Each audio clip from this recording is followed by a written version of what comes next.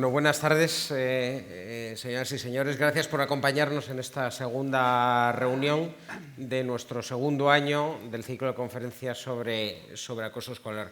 Me imagino que muchos de ustedes estuvieron en la reunión, en la conferencia, en la mesa redonda que organizamos la semana pasada, en la que tratamos el tema del acoso escolar desde el punto de vista de posibles modelos de actuación o posibles pactos de actuación, tanto para padres como para profesores. Y en esta segunda ocasión vamos a tratar de una forma específica el tema del ciberbullying.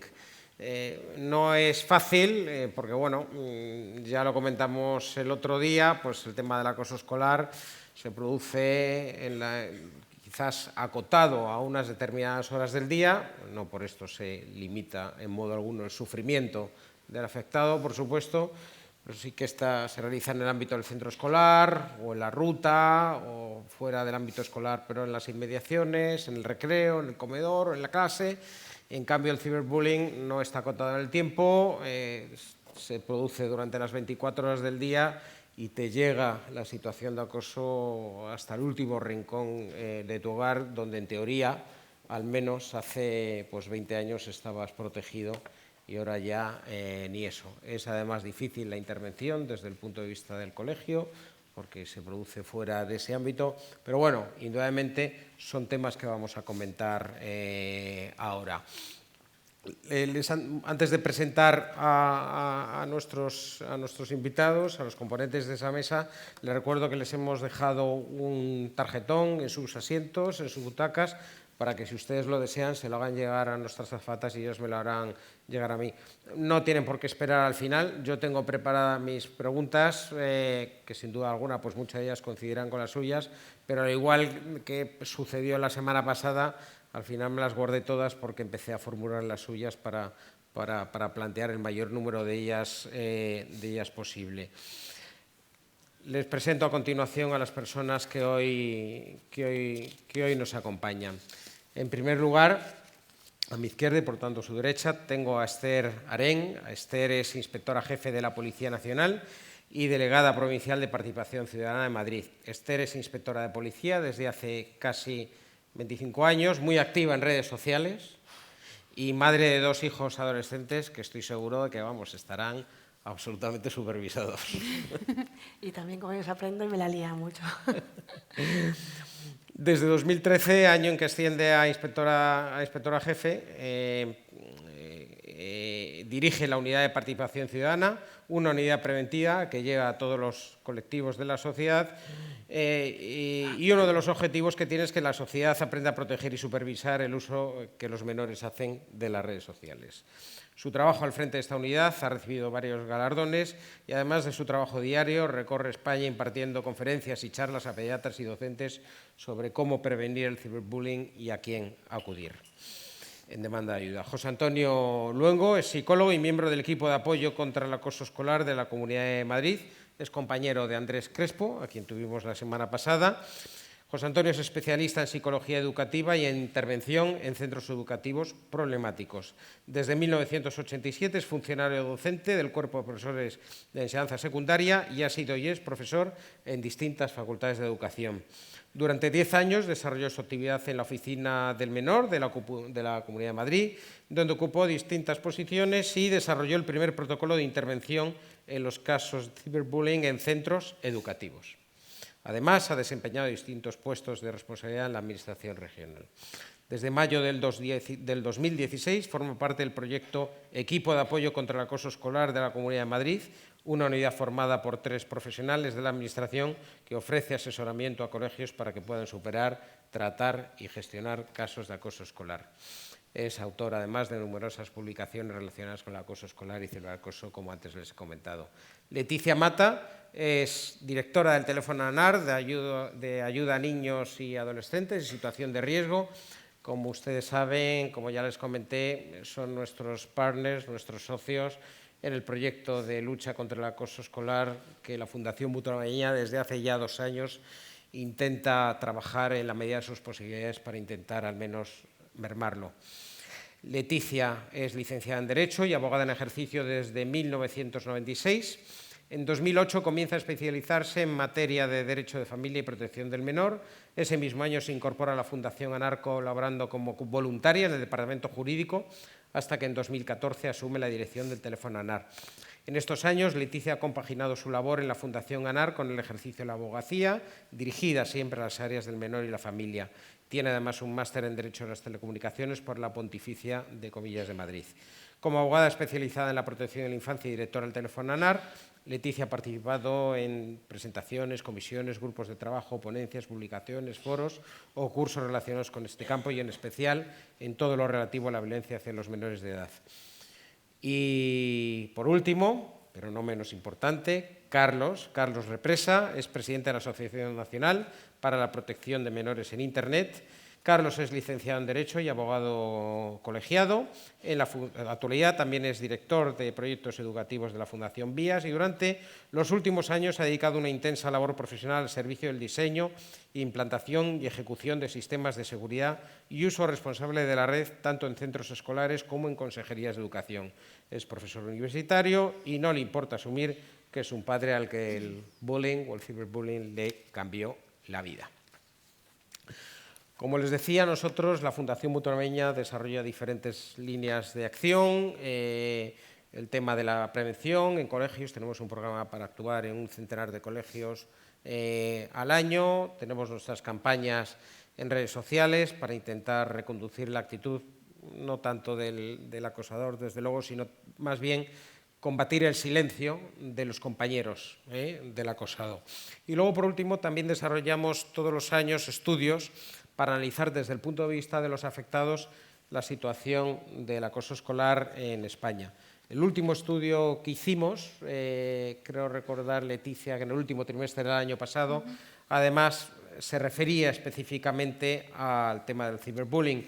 Y yo quisiera compartir con ustedes, simplemente para ponerlo encima de la mesa y que yo creo que ya nos va a servir para introducir el diálogo sin más demora, media docena de grandes conclusiones de ese primer estudio que hicimos el año pasado sobre la situación del ciberbullying en España. Las conclusiones del estudio fijaban la edad media de inicio del ciberacoso en los 13 años, una edad superior al del acoso escolar en general, que habíamos fijado en un estudio anterior, en los 11 años, probablemente relacionado con el momento de acceso de los más jóvenes a las tecnologías. En 7 de cada 10 casos, las víctimas del ciberbullying son chicas, algo que no ocurre con el acoso escolar físico, donde la proporción de chicos-chicas está igualada. La agresión pasa factura a quienes la padecen y el 92% de las víctimas, seguimos con el tema del ciberbullying, el 92% de las víctimas sufre algún tipo de secuela psicológica, siendo la ansiedad la más frecuente, seguida de la tristeza, la soledad y la baja autoestima. Un 10% de las víctimas de ciberbullying han tenido conductas autolesivas, pensamientos suicidas e incluso intentos de acabar con su vida como forma de huir y acabar con la situación. En cuanto a la frecuencia con la que se produce el ciberbullying, el acoso es diario para un 71,8% de las víctimas. Como ocurre con el acoso escolar presencial, los ataques suelen prolongarse en el tiempo y un 38,1% de los casos analizados llevaba más de un año con esta situación y otro 40,7% entre un mes y un año. Los ciberacosadores pertenecen, la gran mayoría de las ocasiones, al mismo centro escolar que la víctima y actúan en grupo de entre 2 y 5 personas y son del mismo sexo de la víctima en la mayor parte de las ocasiones.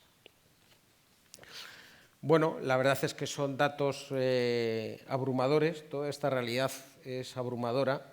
Quiero recordarles que este estudio, en fin, no es de lo típico de ¿cuántas personas usted dice conocer? No, este es un estudio que está basado en 800 casos de chicos y chicas afectados. Es el primer estudio que se hacía y que se hace en España en función de los afectados, no preguntándole a padres, preguntándole a niños o preguntando a profesores de cuántos casos conocen. Está basado en la experiencia, en el tratamiento y a la gestión de 800 casos de niños y niñas o de chicos y chicas afectados. Ya han visto ustedes que en este caso el tema de la edad es un tema crítico para diferenciar cuándo se producen o cuándo comienzan estos casos en acoso escolar, digamos, normal, perdónenme, muy entre comillas, tradicional, por así decirlo, y el ciberacoso. Vamos a meternos en harina. Una pregunta que yo, como padre de 3 niños, uno de 9, uno de 11, una de 9, uno de 11 y otro de 14, me hago constantemente. Y es, ¿a qué edad le doy la confianza a mi hijo? Ya sé que no tiene mucho que ver, pero sí que tiene que ver de darle un teléfono móvil conectado y le doy permiso para conectarse a una red social. Yo el mío ha sido al cumplir los 14 años. Gran pregunta que todos los padres nos hacen y que nosotros siempre decimos. A ver, la policía como tal no puede decirle a un ciudadano, le tienes que dar el teléfono, lo que hay que tener es sentido común, lógica y ver, las redes sociales tienen normas. Igual que nosotros sabemos a qué edad hay que tener para poder utilizar un coche y conducir, a qué edad se pueden tener relaciones sexuales, a qué edad se puede beber alcohol, ¿por qué no le inculcamos a nuestros menores que en la red social cada una tiene su edad?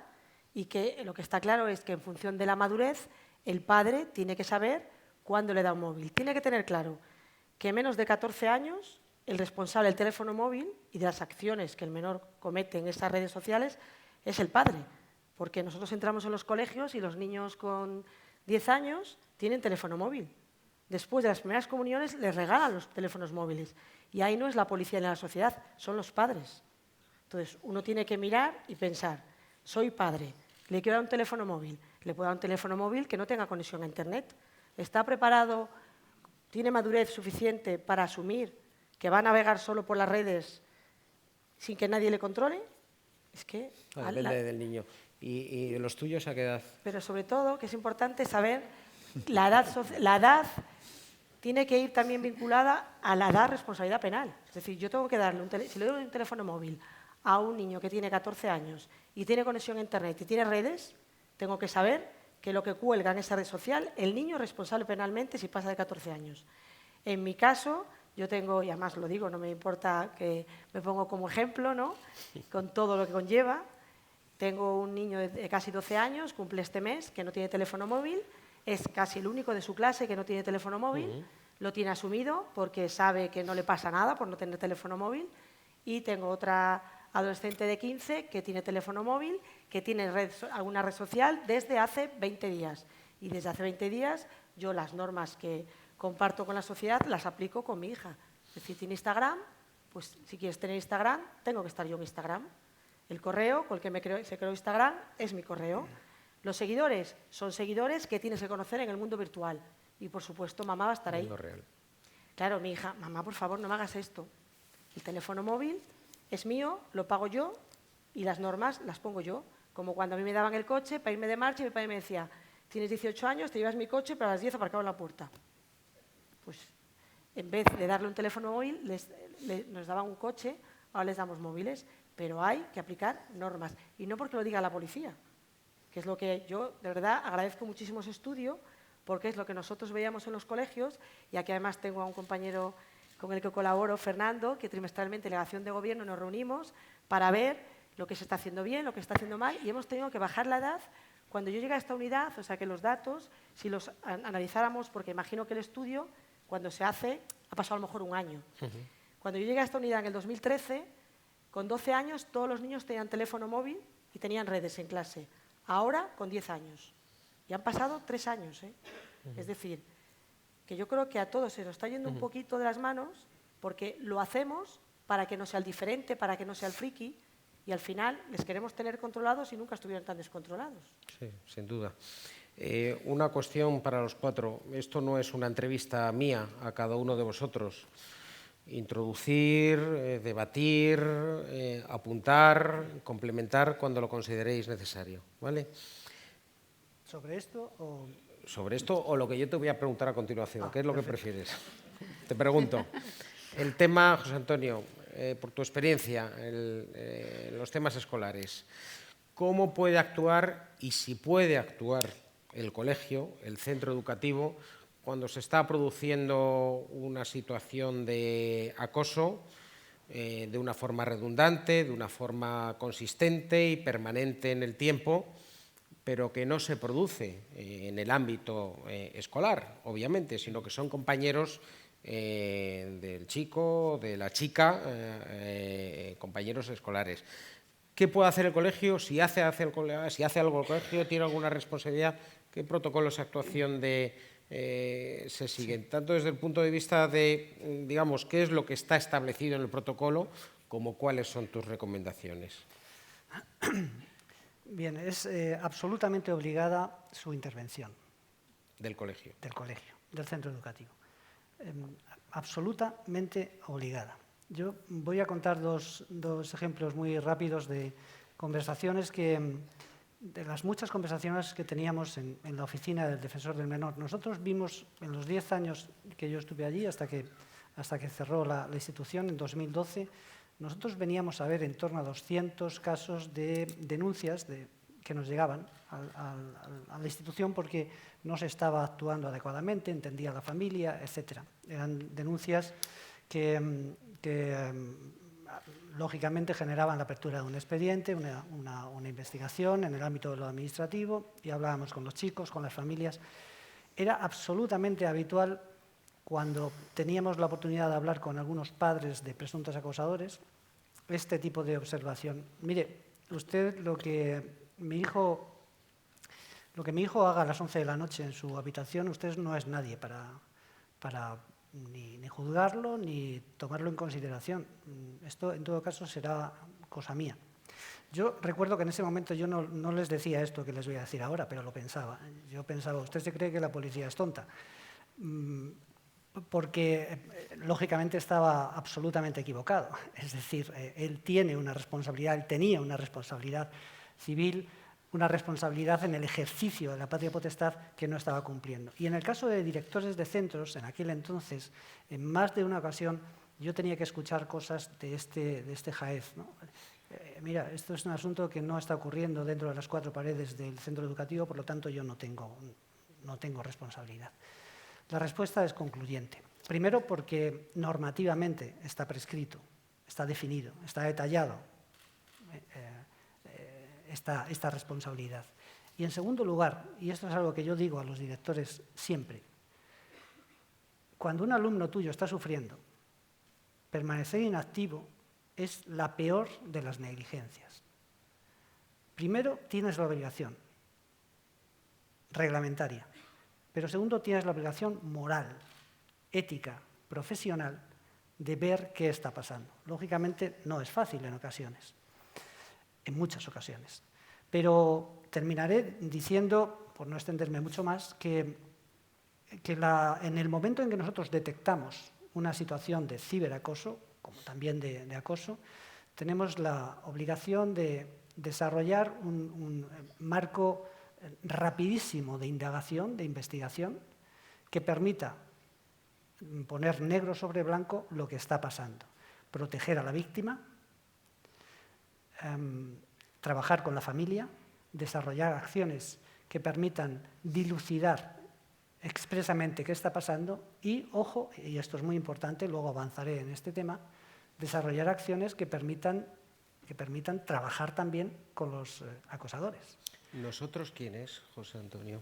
Cuando dices nosotros tenemos la obligación. Sí, me meto en el nosotros, perdonadme, porque me considero miembro de la comunidad de profesores y de profesoras que diariamente nos enfrentamos a la difícil tarea de educar en estos tiempos revueltos. Pero estoy hablando básicamente de la responsabilidad, por supuesto, de los profesores a la hora de detectar, de trabajar, de los equipos directivos. Sí, completando lo que decías, yo creo que sí que hay que tener claro que se abren 2 protocolos. Uno es el protocolo administrativo, que es el que abre el centro educativo, y otro es el protocolo penal, la acción penal que tendrían que poner en marcha los docentes cuando ya es delito. Porque ahí, que siempre tenemos, ¿verdad?, nuestros debates, nosotros entendemos que muchísimos docentes, no es que lo hagan adrede. Yo antes de entrar en esta unidad pensaba que lo ocultaban. Una vez que entré en esta unidad me di cuenta que a veces es por desconocimiento. Pero es muy importante activar el protocolo penal y distinguir lo que es conflicto de lo que es delito. Si un niño tira a otro por las escaleras y le causa lesiones, eso no es un conflicto, eso es un delito. Y el niño tiene que saber que las acciones tienen consecuencias. Si es menor de 14 años, no se le va a poder imputar el delito, pero Fiscalía de Menores lo tiene que saber. Y la Policía o la Guardia Civil lo tiene que saber.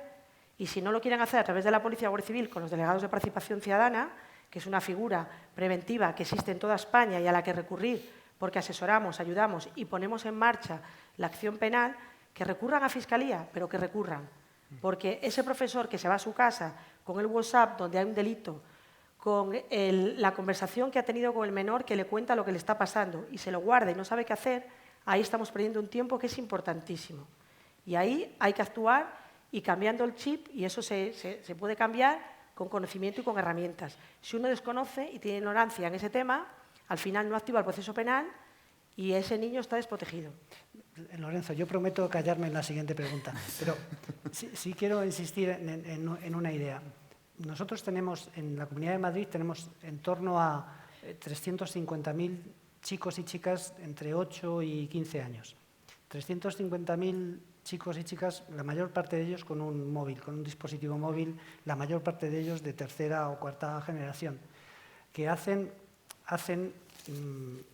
desarrollan acciones muy equivocadas. Y las desarrollan en muchas ocasiones, no solo por falta de formación o de información, sino porque hay una cierta cultura de que todo vale en esta historia, ¿no? Todo vale, es decir, a mí me llega una foto de un compañero al que le han empujado para reírse de él y yo la difundo, no entro a reflexionar qué está pasando. Ya no estoy diciendo si defiendo o no a mi compañero, sino simplemente la difundo. Y luego le preguntas, ¿pero por qué haces esto? Y dice, bueno, es que lo hacemos todos. Pero aquí los padres, me incluyo, no nos podemos ir de rositas en esta historia. Y solo insistir en la idea que estaba comentando mi muy buena amiga Esther. Nosotros, inmediatamente que se comprueba que es una situación de acoso o ciberacoso, lanzamos comunicación a Fiscalía del Menor, sin lugar a dudas, después de hacer ese proceso de indagación que nos permite dilucidar, ¿no?, qué es lo que ha podido pasar, que es muy rápida. Bien, bueno, nos quedamos con que en el centro tiene la obligación de actuar, aunque no se produzca el ciberacoso dentro de sus cuatro paredes. Y yo creo que es importante este tipo de afirmaciones, porque, no sé, yo creo que no es un lugar común, pero a veces hay gente que te cuenta que cuando ha ido a comentar este tema en el colegio, pues dicen, oiga, es que esto está fuera del ámbito escolar, aquí no tengo que hacer, ¿no? Ahora se han puesto más las pilas, ¿verdad? Yo creo que en cuanto al concepto, porque es verdad que el ciberacoso y el ciberbullying, que la gente dice, ¿por qué eso dice en inglés? Pues porque nosotros hablamos el idioma de los niños y los niños sí lo conocen. Pero claro, a lo mejor hay gente en la sala que supone que sí sabe lo que es, pero alguien busca el delito. No, el delito no existe, pero existe humillar, vejar, amenazar, insultar. Y hay que hacer ver a los menores que si yo te insulto en una red social como WhatsApp y creamos un grupo que se llama Pelea de Gallos y 25 niños están insultando a otro, eso cuando cumplas 14 es delito. Y no puedes estar insultando a una persona a través de un grupo de WhatsApp. Pero llegan a casa y los padres lo ven y bórralo, que tú ahí estás de espectador y ya crece la bola. Y si da con alguien que no sabe en el colegio, que acaba de llegar, yo creo que en los colegios, tengo que decir que por el trato que tenemos diario y en Madrid es que el último año, está aquí Fernando que me corrija, unos 1.500, ¿verdad? Que estamos con las estadísticas, pero es verdad que en la Comunidad de Madrid se llega a tantos colegios que yo creo que ahora mismo todos saben lo que tienen que hacer. Otra cosa es que por desconocimiento y porque a algunos les quede grande el problema, no sepan, pero las instituciones sí que tienen claro cuál es el protocolo y todos lo tienen. Sí, bien. Continuamos. Leticia, luego Carlos. A Carlos le veo contenido. Yo creo que se está guardando. Conociéndole. Leticia. Cuando yo hablo ya remata. Esther. Leticia, una de las cosas que a mí en su momento, cuando presentamos el estudio en el otoño del año pasado, más me sorprendió era el hecho de que los niños o los chicos afectados por esta situación tardaban incluso hasta un año en contárselo a los padres. De hecho, no sé si alguno de ustedes estuvo el año pasado a comienzos del 16 o fue en el 15, no me acuerdo. Unas jornadas, unas conferencias que también hicimos sobre ciberbullying, acoso escolar, aquí en este auditorio. Invitamos a un youtuber, es un chico estupendo, especial, sin duda, que se llama Alex Gribaja. Y Alex, bueno, pues es un chico, ustedes lo ven, joven y que tiene pues probablemente alrededor de 500.000 o 600.000 seguidores en la red social que él más maneja, que es en concreto Instagram. Les he dicho youtuber, me he equivocado porque es Instagram. Y una de las cosas que a mí me sorprendía de la conversación con Alex era que él decía, no, yo en la interlocución que tengo con los chicos y tal, cuando subo mis fotos y mis cosas, es que me dicen que están sufriendo ciberbullying. Y digo, ¿y qué les dices? Y dice, pues que se lo cuenten a sus padres. Es decir, llega la situación al extremo que antes de decírselo a tus padres, se lo dices a una persona que no conoces de nada ni la vas a conocer en la vida, pero que realmente tiene una influencia sobre ti, por eso se les llama influencers, que puede servir, al menos pues algunos sirven para vender zapatillas de deporte y al menos bueno, pues da unos consejos que en algún momento pueden servir de algo. Y el primero es que se lo cuentes a tus padres, ¿no? ¿Por qué se tarda tanto tiempo? Pues efectivamente, en el estudio que hicimos, que recogíamos las llamadas por acoso escolar, ciberacoso, ciberbullying durante 3 años, veíamos que un 81,3% sí se lo había contado a sus padres, pero curiosamente habían tardado una media de 9 meses en hacerlo. ¿Por qué? Pues yo creo que podemos dar varias causas. La primera y más sencilla es que muchos decían no quiero hacer sufrir a mis padres, no les quiero preocupar. Una causa también muy común es el hecho de que ellos cuando comienza el episodio del ciberbullying creen que lo van a poder controlar. Y es en el momento que se agrava, en el momento que se cronifica, cuando ya se ven desbordados, cuando ven que no lo pueden solucionar, además se sienten solos, no ven que tienen apoyo, cuando ya deciden contarlo en casa. Hay veces también que sienten vergüenza y se sienten culpables. Y esto pasa mucho, por ejemplo, cuando se trata de un chico o una chica que se ha hecho una foto, se ha hecho un vídeo, incluso ha permitido que se lo hicieran y de repente ve que se difunde. Una foto, un vídeo comprometido, una foto íntima. Lógicamente tiene vergüenza contarlo porque lo que van a saber es que ellos inicialmente se quisieron hacer esa foto y ese vídeo, ¿no? Y no se atreven a contarlo. También nos encontramos casos de miedo. ¿Por qué? Porque hay una situación ya conflictiva en casa, los padres pues no están muy orgullosos, no están muy contentos con él y creen que si lo cuenta lo que se va a hacer es agravar esa situación en casa, ¿no? Y por último, os podría decir que algo que temen los niños y creo que es importante para los padres es su sobrereacción. Es decir, muchas veces cuando los niños deciden contarlo en casa, a las chicas, a los chicos, los padres en vez de reaccionar de una forma tranquila, reaccionan de una forma totalmente alarmista y se van al colegio exigiendo de una forma impaciente, exigiendo medidas ya para proteger a su hija, a su hijo, de una forma a veces hasta impertinente, con lo cual veíamos el otro día que se encuentra con un centro que se pone a la defensiva porque así no se puede ir. Hay que tener una actitud siempre conciliadora y colaboradora. Esto es un problema de todos y hay que solucionarlo entre todos. Pero es un tema que nosotros lo decimos muchísimo en el teléfono a ese padre, esa madre que nos llama, pues nos llaman más las madres que los padres, es decir, no reacciona de una forma alarmista, reacciona de una forma tranquila, muestra a su hijo su apoyo, no es el momento además de juzgarlo, no es el momento de buscar reproches, sino que lo que hay que hacer es intentar apoyarle en ese momento y sobre todo reforzarle por el hecho de que lo haya contado. Y, desde luego, tampoco quitarle importancia, decir, bueno, esto son cosas de niños. No, hay que tomar medidas y tendrán que ir al colegio, pero ya digo, con una actitud colaboradora y de conciliación. Gracias, Leticia. Carlos, ¿cuál es la situación? Esther lo ha apuntado brevemente, pero ¿cuál es la situación legal del ciberacoso en España? O dicho de otra forma, los padres, ¿qué vías podemos acometer? Porque también existe, al margen de la edad penal, a partir de los 14 años, también existe la responsabilidad civil de los padres, ¿no? El limbo legal, ¿te refieres, en el que estamos metidos? Llámalo X.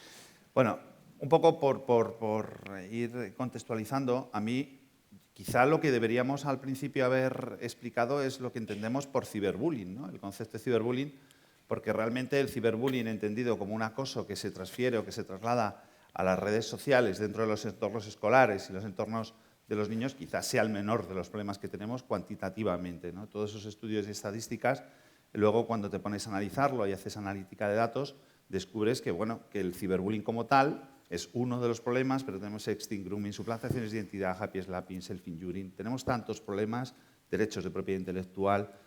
La casuística es tan enorme que crece a la velocidad del desarrollo de las nuevas tecnologías que, bueno, mucha gente dirá, bueno, ¿tan grave es el ciberbullying? Pues no. Lo grave, lo muy grave, es la situación global que tenemos de desconocimiento de lo que es el entorno de seguridad de nuestros niños, ¿no? A nivel de padres y a nivel de colegios, la situación es dramática, eso en primer lugar. A nivel legal, decía Esther, con muy buen criterio, 14 años. Sin embargo, el WhatsApp se contrata sobre la línea de teléfono. El titular del teléfono siempre, por motivaciones legales, es el padre. Si un niño con 16 años está insultando en WhatsApp, también es responsable penal el padre como titular de la línea. Limbo legal. Estamos hablando de colegios. Los colegios cada vez tienden más, deberían meterse los teléfonos, los smartphones, como herramientas educativas ya antes de lo que nosotros pensamos, porque estamos en una sociedad que exige el mobile learning y que exige que seamos capaces de dar respuesta a las necesidades de aprendizaje que nuestros hijos reclaman. Por tanto, combinamos la edad de entrada del teléfono en el mundo particular con la edad de entrada del mobile learning de las tabletas en los colegios y, por supuesto, nosotros tenemos que promover la entrada cuanto antes mejor en los colegios, ¿no? Eso de que se prohíba por decreto un teléfono móvil en una consejería de educación para los que nos dedicamos a lo que son los sistemas de desarrollo e innovación de los colegios es un auténtico disparate. Pero es que, aparte de este limbo legal, así, yo os voy a poner un poco cuál ha sido la situación. Aquí somos muchas personas las que llevamos mucho tiempo trabajando, pero yo, después de conocer a José Antonio, lo conozco hace muchos años, y de conocer su labor, me presenté en el Congreso, iniciativa para que se dieran cuenta los diputados del reto que teníamos antes de que entraran las tecnologías en el aula, hace muchos años, y me dieron ganas de irme porque decía, si no entienden nada de lo que estoy diciendo, ¿qué hago yo aquí, no?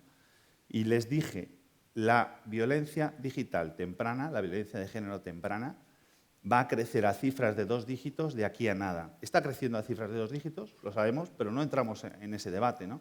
Se lo avisamos hace muchos años. Por supuesto que les avisamos que todo el problema de seguridad iba a crecer a cifras de 2 dígitos, lo estamos viendo en los estudios que hace Fundación ANAR, Save the Children. Y al final no hemos sido capaces de ir a la raíz ni del problema legal, no hemos reaccionado al problema legal, seguimos en un limbo legal en el que los menores de 14 años son inimputables. Os voy a dar unos nombres, ya no voy a empezar por mi hija. Hablo de Joaquín, hablo de Lucía, que la tenemos muy reciente, hablo de Carla, hablo de Diego, hablo de casos que salen. Pues todos esos casos que os he dicho se han archivado tanto administrativamente como legalmente sin ningún tipo de responsabilidad. Ni del menor, si es de 14 años inimputable, si es mayor tampoco de los padres, los colegios en pocas ocasiones y, por supuesto, los protocolos no han servido para nada. En ninguno de estos casos, y lo podéis comprobar porque lo tenéis en la prensa. Entonces, al final dices, bueno, tenemos una situación complicada, pero nos la hemos buscado. Nosotros, en la actualidad, hemos ya diagnosticado, analizado y evaluado las competencias digitales de más de 4.000 profesores y prefiero no deciros los resultados, pero si en el entorno escolar no respondemos ni siquiera a esos estándares que necesitamos para enseñar a nuestros niños, ¿qué vamos a hacer en las familias, ¿no? Las familias, ahora que nosotros nos definimos como inmigrantes digitales frente a los nativos digitales, yo creo que estamos todos en el saco de los tontos digitales porque no nos enteramos de nada, ¿no? Entonces, evidentemente, si estamos en una mesa y vamos a debatir, que luego nos queremos mucho y somos todos muy amigos, pero esta imagen que yo os doy es una imagen que es tremenda. Bueno, nosotros estamos en miles de colegios, en muchísimos centros, y nos guiamos por los datos, ¿no? Y los datos que utilizamos con herramientas de nuevas tecnologías a día de hoy son descorazonadores. Porque ¿de qué sirve un protocolo? El mejor protocolo, yo sinceramente digo, el mejor protocolo que para mí hay lo ha hecho este señor que tenemos aquí. Es maravilloso. Pero ¿qué hace un profesor cuando se encuentra que hay un grupo de WhatsApp que abren los niños para decir que la profesora está teniendo relaciones con una niña? ¿Puedo imprimir eso? ¿Cómo lo imprimo? ¿Tengo capacidad legal para hacerlo? ¿Va a venir el padre para decirme que eso es privado? ¿Qué hago yo, profesor, maestro, cuando miro las pantallas?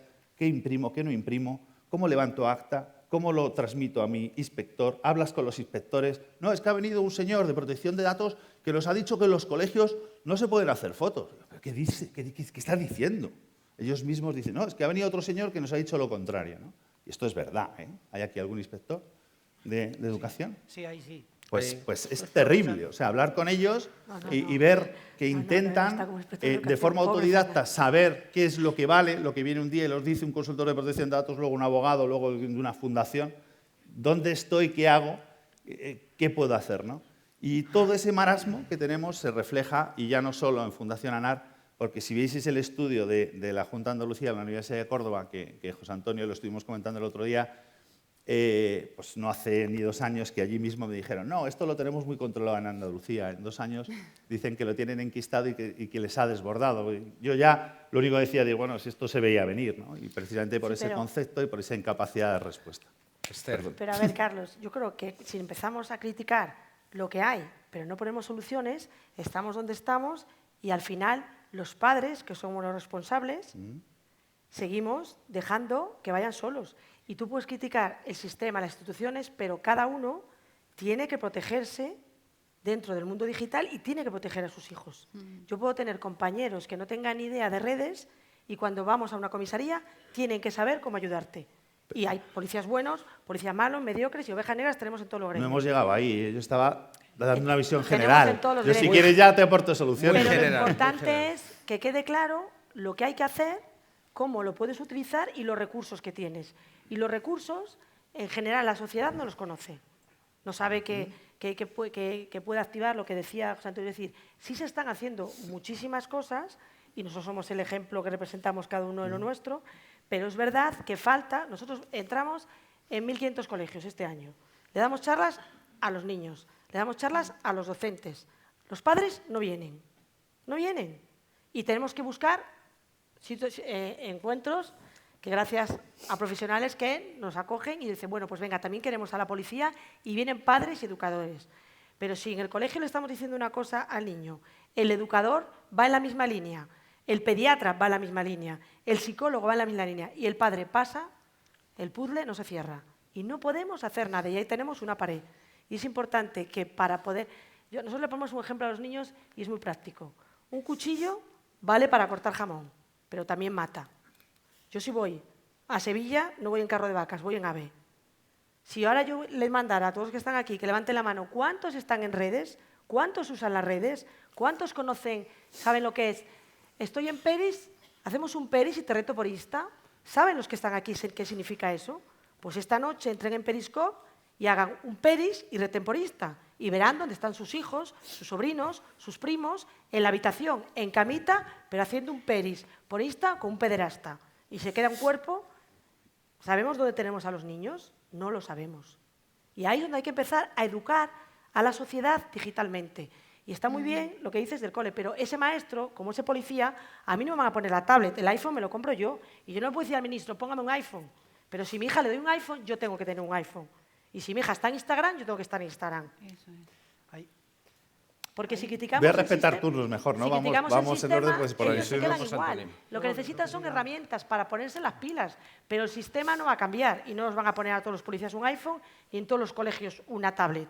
Nosotros somos los que tenemos que estar en el mundo digital para poder ayudar y proteger y acompañar, porque si no, se nos va a todos. Y por eso digo, que no levanten la mano porque quedan mal, pero seguro que no están en redes. Yo pregunto en los colegios, a los docentes, porque a mí yo tengo carrete para rato, ya dejo, a los docentes y a los profesionales. Si yo pregunto ahora, no me contesten, ¿cuántos tienen redes sociales? Muchos no levantan la mano, pero tienen WhatsApp y Telegram. No saben ni qué es una red social. ¿Cuántos lo usan? Porque puedo tener Facebook y no usarlo. Puedo tener Twitter y no usarlo.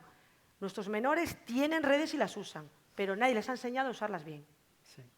José Antonio, yo querría rogaros a todos, que está perfecto el tema debatir y el rebatir y el apuntar y complementar, pero lo que intentemos buscar siempre en las intervenciones es lo que ibas a decir, es decir, propuestas de mejora, pautas de comportamiento, pistas, consejos, asesoramiento, y sobre todo porque creo que es lo que ha traído a estas personas aquí y los que luego lo van a ver por vídeo. ¿Vale? Muy bien, yo voy a ser disciplinado.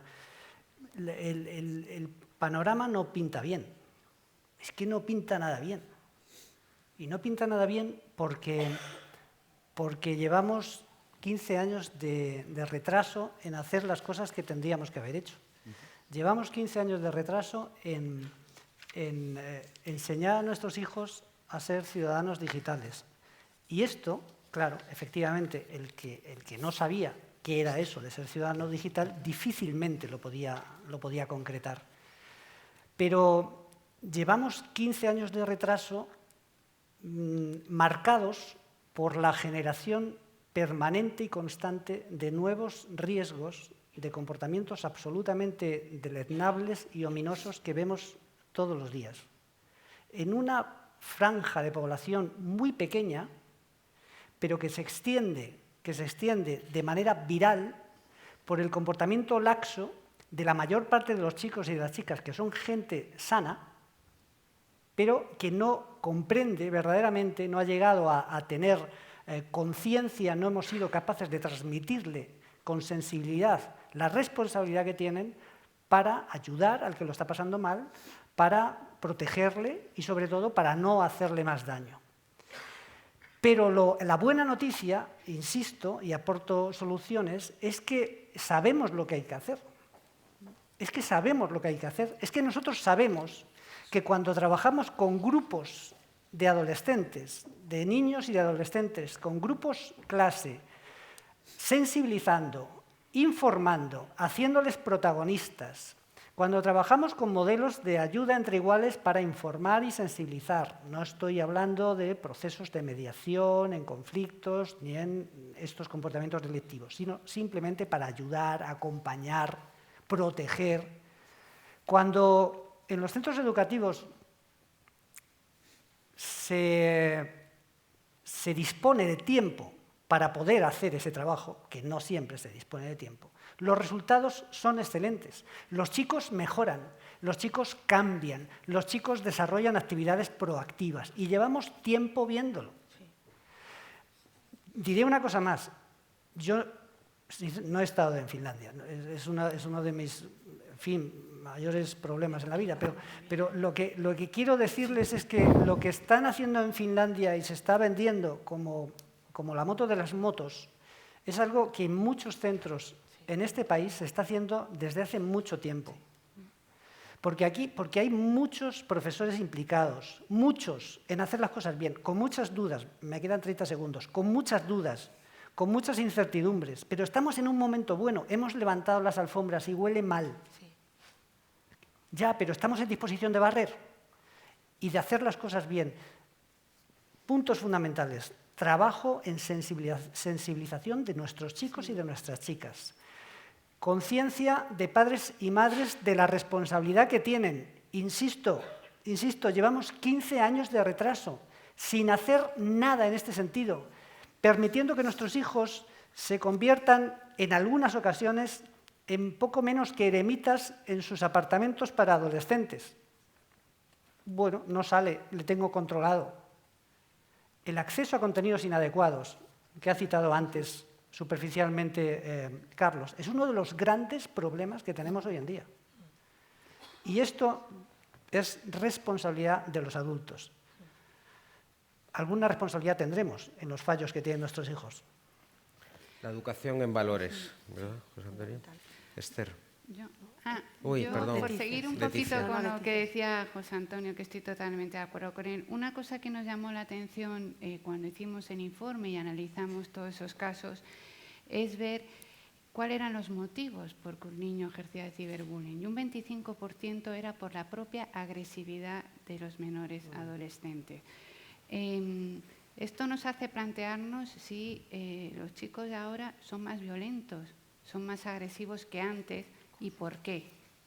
Entonces, uno de los motivos, porque yo creo que sí, porque realmente los relatos que oímos en el teléfono NAR, no solo de esta violencia, sino otras muchas, a veces son aterradores. La violencia es mucho más cruenta. Entonces, ¿qué está pasando, no? Entonces, una de las cosas fundamentales es eso, los niños están solos, pasan mucho tiempo solos.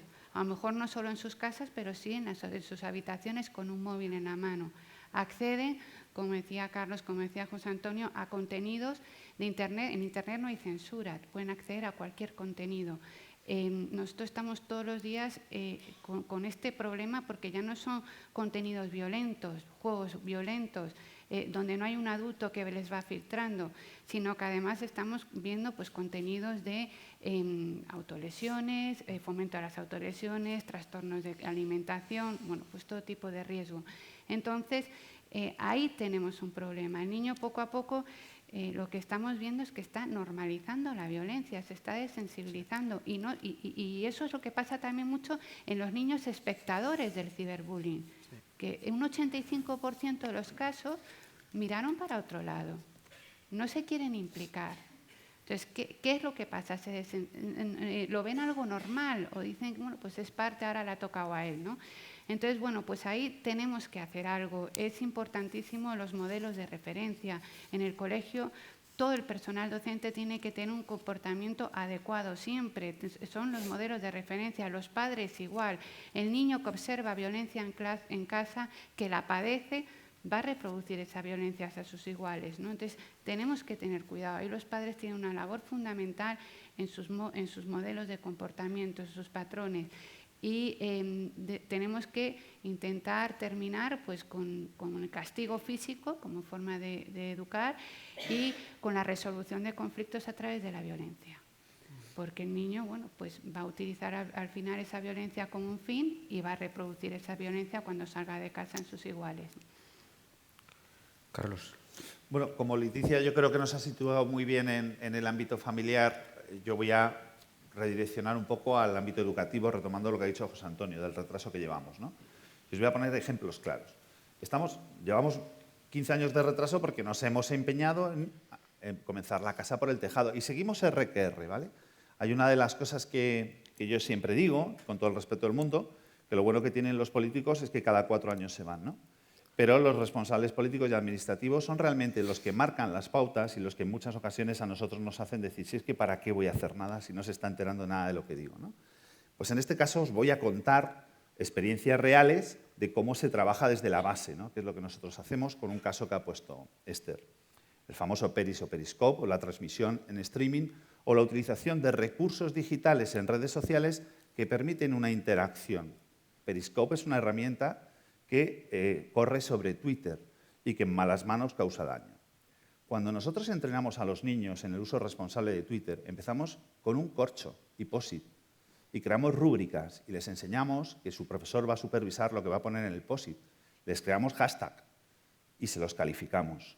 Cuando les damos acceso a la red, ojo, al teléfono, en el colegio, el profesor supervisa la red social, califica, corrige y sanciona si es necesario.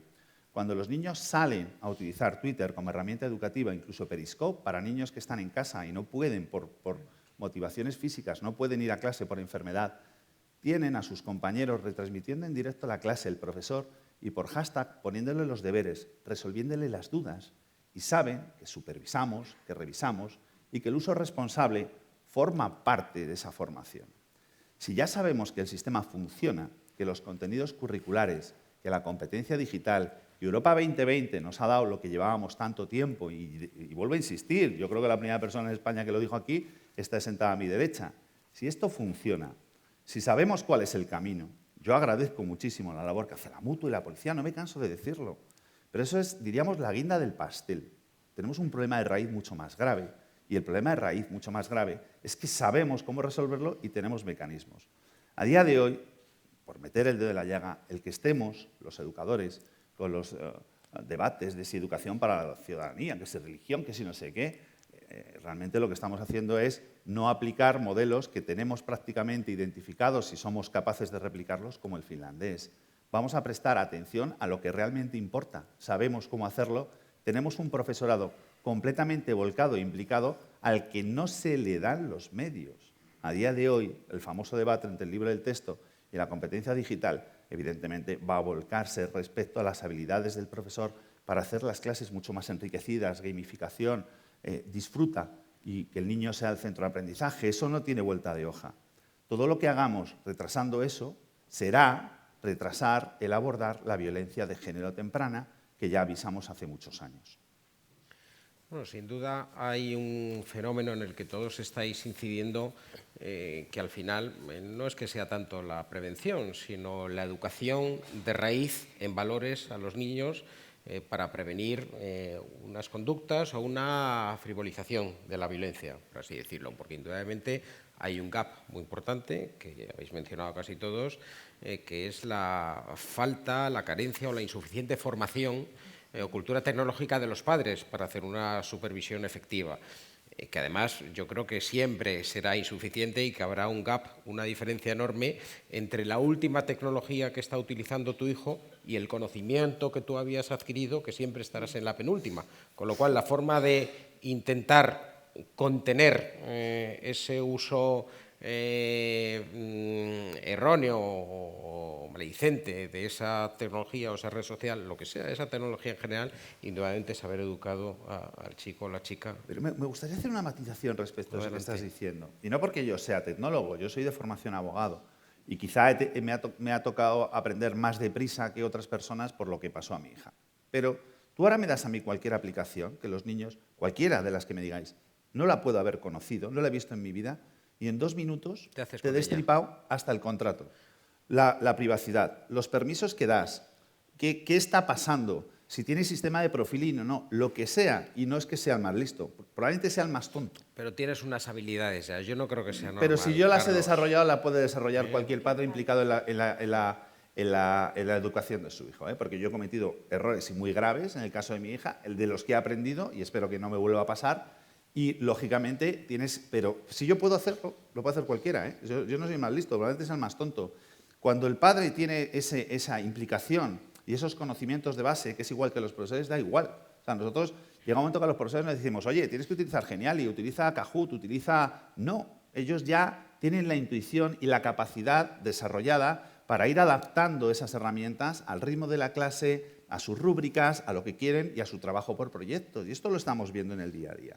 Si todo esto es real, ¿a qué estamos esperando? Esa es la gran pregunta. Si no tenemos que esperar, ni tenemos que darle más vueltas, ni tenemos que estar supeditados al control de editoriales o de objetivos políticos. Y esto es mucho más sencillo de raíz. ¿Tú, Esther, crees que aunque no seamos nativos digitales los papás, podemos hacer esa supervisión efectiva? Es que no control? solamente podemos, sino que Sino que debemos. debemos, Porque el sin duda. error más grave es creer que el niño es el que más sabe. No, el niño es el que más lo utiliza, pero no tiene ni idea de los peligros. Entonces, es que al final no se trata de que salgamos de aquí pensando no quiero saber nada de las redes de lo peligrosas que son. Es al revés. Hay que estar, porque con tu experiencia, por muy poquito que sepas, vas a ver más que donde ven ellos. O sea, la adolescencia es la edad de experimentar. Y yo pongo el ejemplo de mi hija para no poner el de los colegios. Si mi hija está educada en que tiene que tener prevención de identidad digital, que no... Ahora mismo, con la red social que está utilizando, tiene los mismos síntomas que todos los niños de España, aunque no hayan tenido la supervisión. Es decir, va a tener ese afán de exhibicionismo, va a querer hacerse los selfies, ella no está pensando que no puede publicar la foto de casa.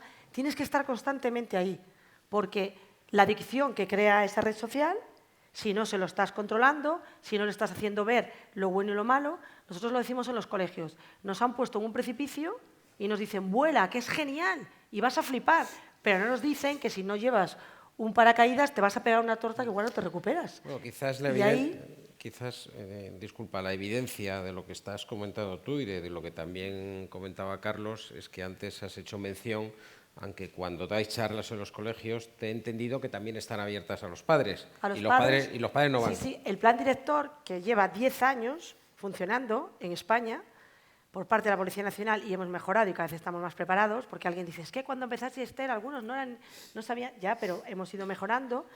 En 10 años da una experiencia para saber ya, y es verdad que al principio estaba dirigido siempre a escolares, AMPAs y a los docentes. A los escolares, históricamente, eran los que se les daban. AMPAs poquísimas y docentes, al principio ni nos pedían. Y ahora somos un referente para ayudarles y preguntar, ¿qué tengo que hacer de esto? ¿Cómo lo podemos hacer? Porque es fundamental trabajar en equipo. Y lo dijo muy bien José Antonio, esto no es un problema ni de los padres, ni de la policía, ni de los docentes, es de todos. Y si uno va a un colegio pensando en hacer equipo, oye, mira, es que me ha contado esto, porque después los padres van, y lo decías tú muy bien, Leticia, es importante aprender para colaborar, porque ni el colegio es el enemigo, ni la policía es la que lo va a detener, ni la consejería es la que lo va a parar y se lo va a callar. No, no, aquí es de todos, ¿eh? Esto hay que concebirlo como una enfermedad social. Sí, una lacra. Y me explico. Estamos hablando de una enfermedad que va mucho más allá, se decía, del ciberbullying. Y diré un dato que es aplastante. En bachillerato, a los 19, 20 años, desaparecen las situaciones de acoso y de ciberacoso, al menos estadísticamente. Nos equivocaríamos si pensáramos, pues entonces tampoco pasa nada, porque luego al final los chicos parece como que se reconducen. Bueno, primera consideración, hay miles y miles de niños y niñas sufriendo en ese periodo de tiempo, desde que empiezan a vivir. Y cuando hablamos de sufrir, y apelo a mi condición de psicólogo, estamos hablando de algo grave, grave hasta decir basta. Estamos hablando de chicos que llegan a tener cuadros depresivos de gran relevancia y que hacen algo que ya se conoce en psicopatología, que es el estrés postraumático, que es una de las dolencias psicológicas más devastadoras que hay, sobre todo cuando se está desarrollando la personalidad. Por lo tanto, tenemos la necesidad de actuar. Pero, aunque el ciberbullying no existiera, estamos en un escenario en el que papás, mamás, profesores y profesoras y sociedad civil tenemos que darnos cuenta de que los riesgos que hay, se han citado algunos antes, relacionados con las grietas en la intimidad, relacionados con la configuración que tú haces de la vida, en función de lo que ves, de los contenidos a los que accedes, de la hiperconectividad, de la ausencia de contacto físico, de relaciones con miradas, con abrazos, tomando una Coca-Cola en la cafetería o en el banco del parque de al lado. Ese tipo de cuestiones están cambiando sustancialmente, y que tienen que ver con un muy mal uso de las tecnologías, están cambiando sustancialmente el modo en que nos estamos desarrollando como seres humanos, como personas y demás. Y tenemos que actuar y tenemos que trabajar. Termino con una consideración. Vamos a ponerle nombre a esto que se está diciendo. La brecha digital, tal como la concebimos hace 15 años, no existe hoy o no va a existir. La aptitudinal, con P, díganme ustedes, la mayor parte, salvando situaciones desfavorecidas, cultural, económicamente, la mayor parte de las personas que tienen ahora 30, 35, 40 años y que tienen hijos de 3, 4, 5, hombre, como decía Carlos, se supone que saben más que sus hijos y que van a saber más. Pero efectivamente, lo decía muy bien Lorenzo, vamos a encontrarnos con la brecha actitudinal, con C. Porque los adultos al final acabamos cansándonos de las innovaciones y demás, y ellos van a saber siempre más que nosotros. Pero tenemos como sociedad una responsabilidad que no estamos asumiendo bien. Cada vez menos hijos. La convivencia en las casas, el diálogo, la conversación. Nosotros los psicólogos aconsejábamos hace 10 años que no vea mucho la tele de su hijo. Hoy en día aconsejamos que la vean. Que la vean todo lo que puedan, pero eso sí, allí en el sofá de casa, y que vean lo que sea. Pero tú vas a ver lo que están viendo. Han cambiado muchas las cosas y estamos en un punto de inflexión importante. Muy bien. Yo iba a reconducir la conversación porque Carlos lo ha dicho.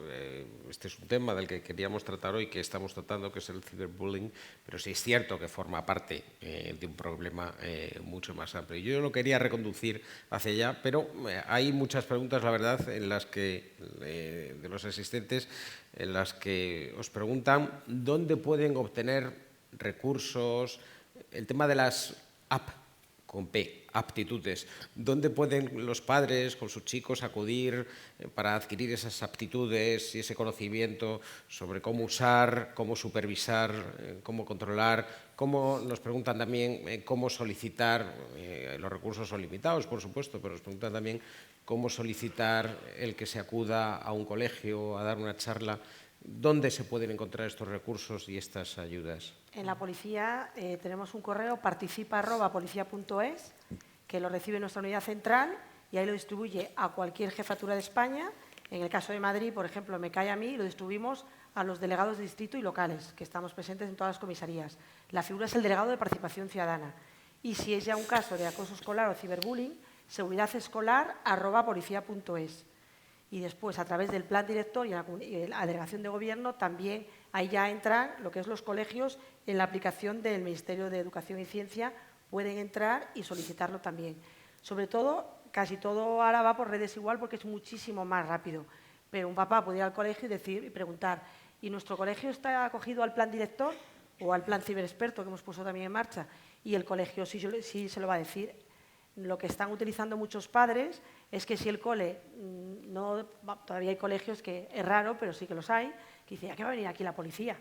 Entonces ese padre lo pide en el correo, nosotros nos ponemos en contacto con el colegio y vamos, es un plan voluntario. Lo coge el colegio porque nosotros lo ofertamos a principio de curso en septiembre y ellos deciden si quieren que vayamos o no. También es verdad que por lo menos en Madrid, que es la unidad que yo coordino, donde vamos repetimos. No nos han echado de ningún colegio y donde vamos siempre quieren repetir. Y yo, la verdad es que, como policía que llevo 25 años, nunca creí que en un cole, con una charla, un niño de repente a los 5 minutos me va a decir, profe, una pregunta. Es decir, el niño empatiza, nos cuenta lo que le ocurre y, sobre todo, lo que es más importante nosotros como profesionales, que si en 50 minutos conseguimos que nos cuente un problema, está claro que sí lo estamos haciendo bien. El niño empatiza y lo cuenta. Cuando hablamos de ciberbullying, que lo hemos tocado poco, porque aunque decía ciberbullying, cómo detectarlo y actuar, pues lo tocó Leticia, que me gustó mucho, lo de los espectadores. Es el acosador, todo el mundo lo tiene delimitado en una clase, a la víctima también, pero espectador pasivo, si llega a casa o se lo cuenta al profe y le dice, es que, profe, bueno, esto son cosas de niños, a dejarlo. No, el espectador pasivo es muy importante que sea activo y en las charlas lo conseguimos, porque en 50 minutos el niño escucha lo que es el ciberbullying, escucha cuáles son las acciones, cuáles son sus consecuencias y en su cabecita, en los 50 minutos, acaba y se acerca y dice, oye, perdona, es que eso que estás contando me pasa a mí. O ya rompe a llorar, o acude y te dice, mira, pues es que esto que estás hablando del sexting, yo lo he hecho, ¿y ahora qué hago?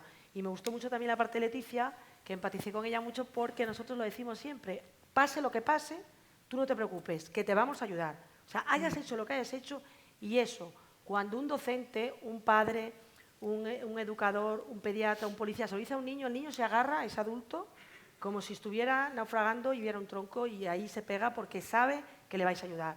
Entonces es fundamental la calma, la tranquilidad y aunque te llegue, porque a ver, el correo, por ejemplo, funciona muy bien porque si tú dices, yo voy a una comisaría a contarle a un extraño que acabo de descubrir que mi hija ha mandado un vídeo masturbándose a un niño de la clase que ni conozco y me ha llegado el vídeo a través del WhatsApp de las mamás del cole, en ese momento una madre o un padre a una comisaría no va a contárselo a un extraño. Y nos llegan muchísimos correos del anonimato de las redes, que no es anónimo, que viene con un nombre, pero te sientas delante de un ordenador y tú cuentas tu vida, como les pasará con el teléfono ANAR, que al final no estás viendo la cara y lo cuentas. Dice, a ver si alguien me ayuda. Y sí te ayudamos y te damos soluciones. Y eso, en el mundo real, hoy, que va todo tan rápido, sí que se siente uno que le ayudamos.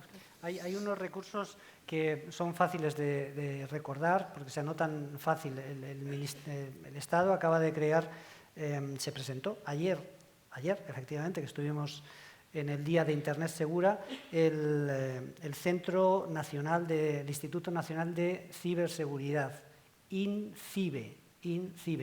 Entren en esa página web porque aparte de recopilar los recursos mejores que hay al respecto, responden con una facilidad pasmosa, tiene una línea de ayuda también en situaciones de duda, para los chicos, para los padres.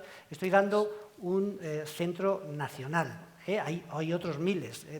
Bueno, en fin, los materiales y demás recursos fantásticos. Y luego les daré otro que es especialmente interesante también desde el punto de vista del Estado. No estoy barriendo para casa, que es la Agencia Española de Protección de Datos. Tiene una sección de menores de edad relacionada con ciberseguridad también, especialmente interesante. La agencia está desarrollando acciones de formación de papás y mamás en estos temas. Bueno, y ahí, desde luego, van a encontrar líneas en fin, de reflexión, de profundización y también de consulta. Sí, hay cursos gratuitos para padres Sí, en sí, IFIBE, que los hay para los policías y para los papás, y las guías sí que se las pueden descargar en Internet, porque nosotros en las charlas llevamos para que se las descarguen en Internet. Es muy interesante. Yo no es por hablar de mi libro, pero Adelante, adelante. tengo que dar el recurso, lógicamente, del teléfono ANAR, que, bueno, pues el teléfono ANAR es un teléfono que ya lleva 23 años escuchando todos los días con una media de 1000 llamadas diarias, correos electrónicos. Ahora estamos abriendo el chat para que los niños también a través del chat nos puedan escribir. Y llevamos 23 años escuchando todos los días pues, a los niños en cualquier situación que quieran contar. Es un teléfono totalmente gratuito, anónimo y confidencial, pero también tenemos una línea de ayuda a los padres, no solo a los padres, sino a cualquier profesional que quiera recibir y a cualquier ciudadano que quiera recibir orientación en relación a un menor de edad, algo no solo en relación a la violencia, sino en cualquier otra situación. A mí me sorprende mucho que José Antonio no haya dado la página web de la Consejería de Educación de Madrid, Convivencia, Un lapsus. Sí, es verdad. porque es maravillosa. O sea, tiene recursos para aburrir. No he O sea, querido, no he querido. Yo os aconsejo que entréis en el trabajo que ha hecho José Antonio con su equipo, porque ya no es el trabajo de investigación o de desarrollo que han hecho, la cantidad de enlaces, de recursos es absolutamente maravilloso y lo van a actualizar. O sea, INCIBE presentó ayer la Oficina de Seguridad para Menores, lo meterán y está constantemente actualizando todo, ¿no? Lo que os imaginéis lo van a meter ahí, ¿no? Entonces, yo os aconsejo que entréis en la página de Convivencia de la Comunidad de Madrid. Dicho esto, vamos a ver. Esto no es una actividad extraescolar. Y parece que es que José Antonio y yo nos hemos conchado. No, esto no es una actividad extraescolar. Esto es como la robótica. Robótica, actividad extraescolar o programación, actividad extraescolar. El pensamiento computacional transversal debería ser ya curricular en todos los colegios, desde educación infantil hasta segundo de bachiller, ¿no? Como está, por ejemplo, en Gran Bretaña y en otros países que evidentemente nos llevan determinada delantera, pero no porque sean más listos, sino porque nosotros vamos a otro ritmo. Y esto no es una actividad extraescolar. Esto está regulado y existe la obligación de todos los profesores, según el marco común de competencia digital docente y Europa 2020, de enseñar a nuestros hijos. Por tanto, lo que tenéis que hacer es ir a vuestros colegios, exigirlo en vuestros colegios. Y los profesores tienen que formarse y los directores tienen que establecer los mecanismos necesarios para que se formen. Y las consejerías de educación establecer las analíticas, los sistemas de evaluación, cómo se tiene que formar al profesorado y darle las herramientas necesarias. Porque esto no es una actividad extraescolar. Que vuelvo a decir lo mismo, que me parece fenomenal la labor que hace la policía y la Fundación y la Mutua y miles de fundaciones y Fundación ANAR. Que vamos en horario Pero escolar, los padres lo tienen que exigir a los docentes. La docencia, la pedagogía es una ciencia. Un policía no es un docente. ¿Quién sabe enseñar? El profesor.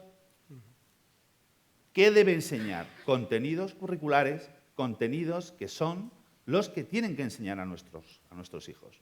Si esto se hiciera así, bajarían los índices de conflictividad. Todo esto cambiaría completamente el paradigma. O sea, poniendo también el ejemplo, vinieron los de Kiva, yo estudié todo el proyecto Kiva de Finlandia en el acoso escolar y dije, pues es que se queda a las puertas de Internet. O sea, que tontos no somos. Si la cuestión es decir, oye, vamos a ponerlo en marcha. Por tanto, los padres, ¿dónde deben ir? A los colegios, pero no a actividad extraescolar. Esto no es una actividad extraescolar ni extracurricular. Esto es mucho más serio de lo que parece.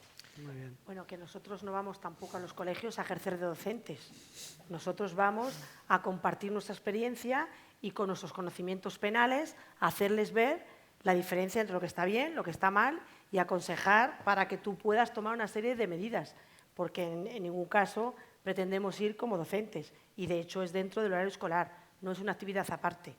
Por eso digo que yo creo que hay que hacer equipo entre todos, porque pedirle también a los docentes que estén ahora de repente, tendrá que ser entre todos. Ese docente tendrá que tirar de las herramientas que le da el Estado también y que están ahí y entre todos utilizar los medios que tenemos. Pero hay una yo creo que la experiencia es importante a la hora de matizar, porque cuando a veces se habla de vamos a mediar, sí, está muy bien, de pequeños hay que mediar, pero también hay que educar desde la base entre lo que está bien y lo que está mal. Y si no has estado investigando o no, a lo mejor no tienes la mentalidad que puede tener en la formación de un policía, no vas a ver el peligro que nosotros sí vemos y que a lo mejor un docente no ve. Y compaginando la experiencia de los dos, lo vas a detectar y lo vas a ver. Y sobre todo lo más importante es educar para que no tengas que actuar, sino que previenes y ya no actúas. Pero hay una parte que... José Antonio, un apunte muy breve porque quiero reconducir el diálogo hacia el tema del ciberacoso. Pero termina, por favor, no te lo voy a Sí, hacer. no, te agradezco, lo digo rápidamente. La reflexión que aporta Carlos tiene que ver con algo que, en fin, yo lo digo con mucha prudencia, miro a la cámara, creo que me están grabando. Las administraciones tienen que darse cuenta de que tienen que favorecer un cambio en el sistema y en los centros educativos que permita a los profesores manejarse con otras formas de estar y de compartir conocimientos con los chicos y con las chicas. Seguimos teniendo una escuela muy antigua. Y no es un asunto, no es un problema de profesores ni de padres.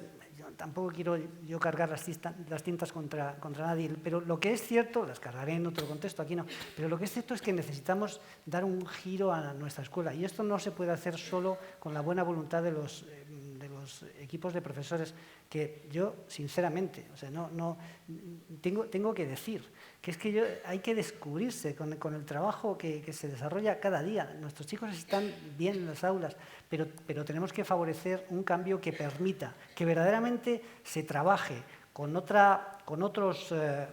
criterios objetivos y prioridades que nos acerquen más al siglo XXI y que nos acerquen más a cómo aprenden los chicos hoy en día. El profesor ya no es el único que tiene el conocimiento, pero esto lo sabemos desde la noche de los tiempos. Y entonces, si no agilizamos ese cambio estructural, nos vamos a seguir encontrando con muchos problemas, entre otros, el cómo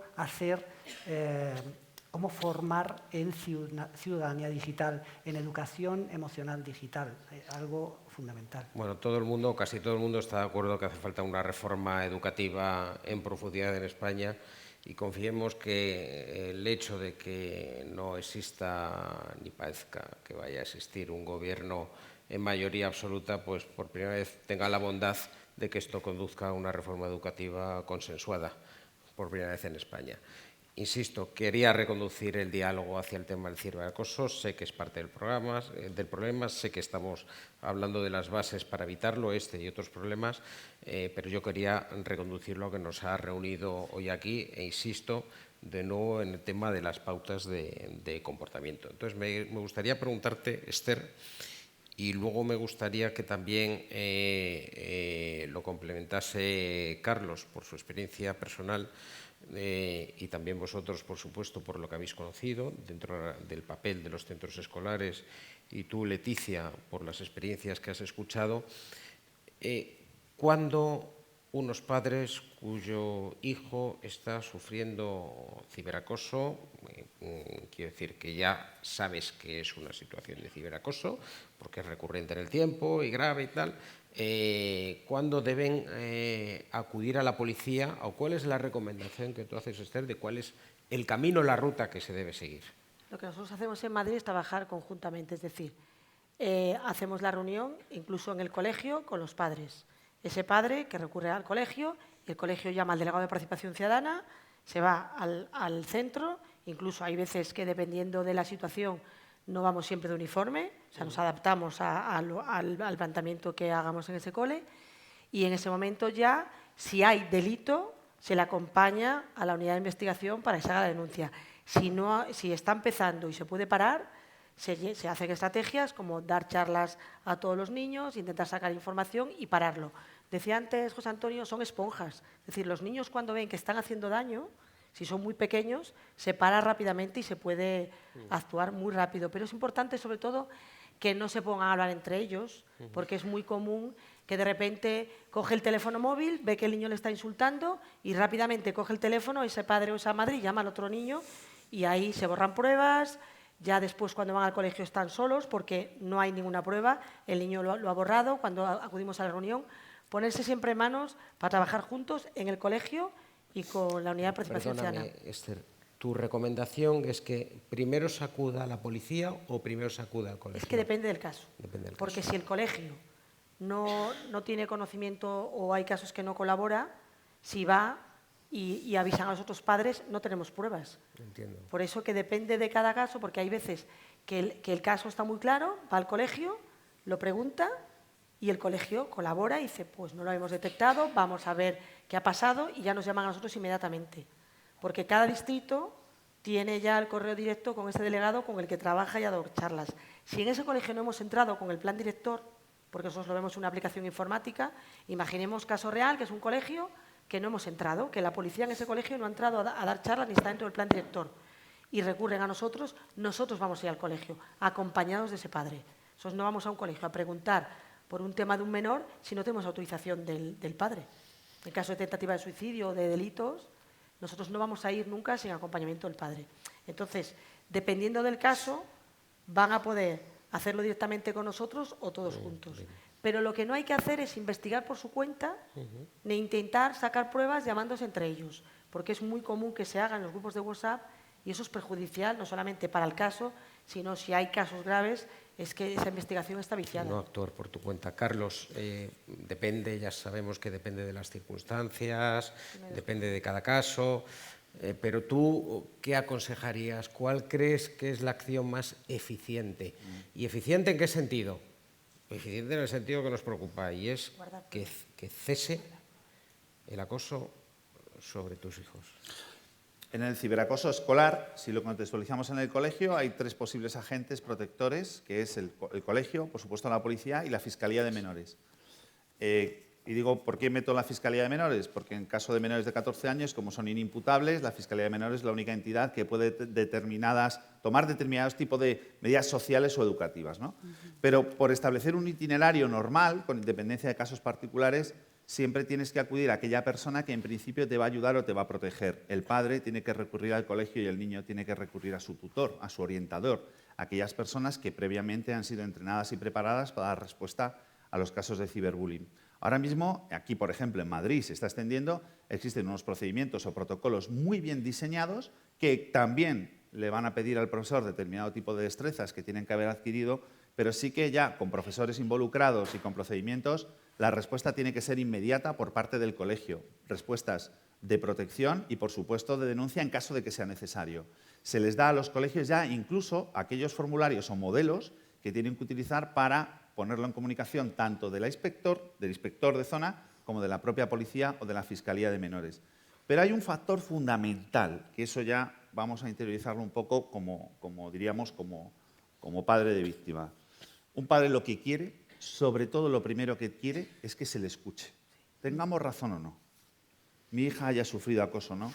Lo que primero necesitas es que el orientador, que el tutor, que el profesor te escuche. Yo no necesité, ni necesitan las miles de personas con las que hablamos en ese momento, no, necesitas que alguien te escuche, que comprenda, que te ayude a ver lo que está pasando con tu hija, con tu hijo, porque no sabes lo que le está pasando.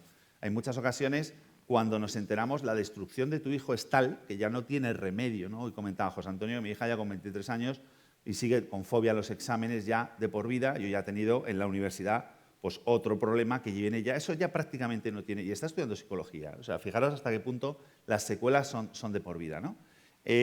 Bueno, pues lo primero que quieres es que te escuche, que alguien te escuche, que dé respuesta a esa inquietud, y a partir de ahí todo el procedimiento de pruebas, de evaluación, de valoración, toma medidas, habla con los profesores, convoca tutorías, la mediación, todos los recursos que tenga el colegio y cuando sea necesario, por supuesto, la denuncia y la intervención de Fiscalía. Pero el amparo primero y el procedimiento siempre por el centro educativo. Nosotros en el informe que hicimos, es verdad, hablando de escuchar a los padres en el centro educativo, casi un 60% se sentía tenía una percepción negativa por la actitud del colegio cuando habían acudido a notificar lo que estaba ocurriendo, ¿no? Y esa actitud negativa era porque consideraba eso, que no se les había escuchado, que no se les estaba informando, que no, pues realmente no veían una implicación real por parte del centro. Y es verdad, como veíamos antes, que muchas veces no ven eso porque ellos van con una actitud muy impertinente, impaciente de medidas ya, y quizá además hay casos donde realmente no estamos ante un ciberbullying, estamos ante otra cosa, y es lo que hay que analizar. Lo primero, ¿es ciberbullying, es bullying o es otro tema? Y hay que aplicar otras medidas. Es un conflicto a lo mejor o un hecho aislado, que no es el caso del ciberbullying.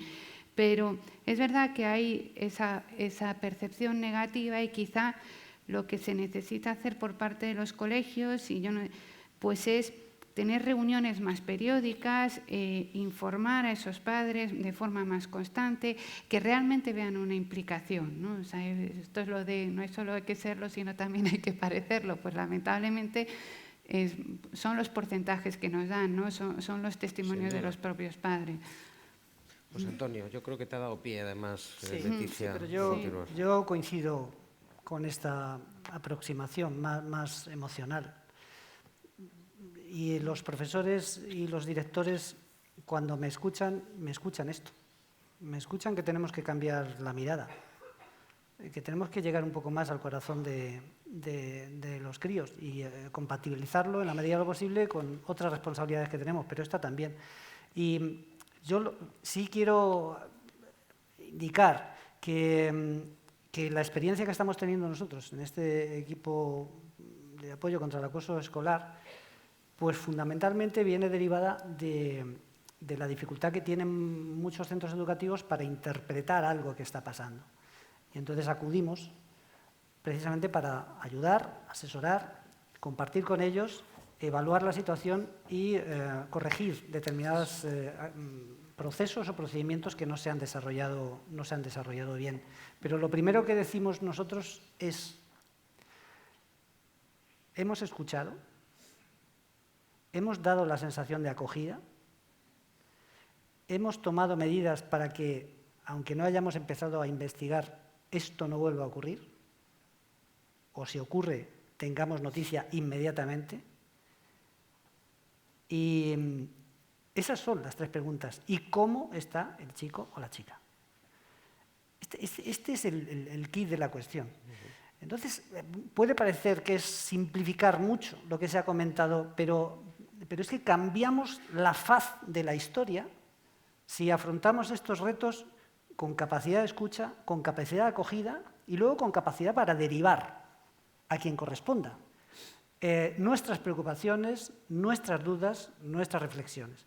Pero la gente en general no va a un centro educativo a hablar de una preocupación de su hijo para contar milongas. Bueno, yo diría que nunca. Lo que pasa es que hay veces que luego lo que expresas pues no es suficientemente importante o es una interpretación incorrecta, pero esto es un elemento fundamental. Sí, pero yo no quiero que la gente se vaya con la sensación de que la policía tiene que intervenir cuando ha ocurrido algo.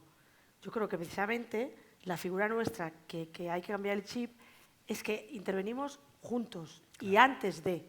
Por eso, cuando hablabais de escuchar, es que yo ahí lo vemos constantemente. Es decir, hay situaciones en las que ese padre y esa madre a nosotros ocurre para que le escuchemos. Y cuando habla con nosotros se da cuenta que no hay delito, que no hay acoso, pero que es una situación que hay que reconducir. Y que es muy importante tener claro, porque hay veces que hay un cumpleaños, invitan a todos los niños y al mío no le han invitado. Bueno, es que a lo mejor no le han invitado porque no es de su grupo de amigos.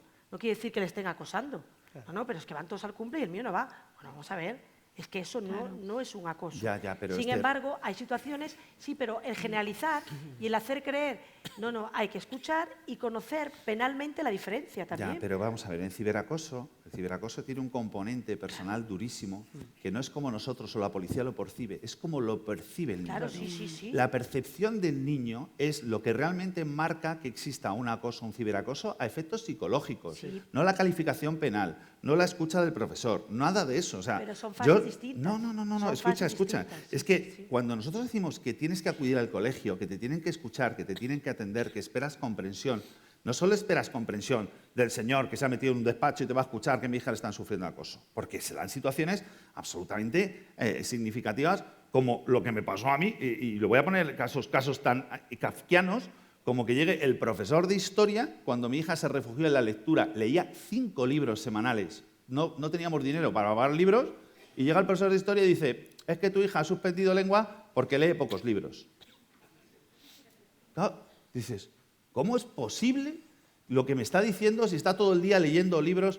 Ya solo un profesor implicado, con ese dato, algo está pasando. Sí, claro. Entonces, claro, cuando estamos hablando de ciberacoso escolar, estamos hablando de situaciones angustiosas, estrés postraumático, secuelas, consecuencias psicológicas de por vida que se han multiplicado con la entrada de las tecnologías digitales.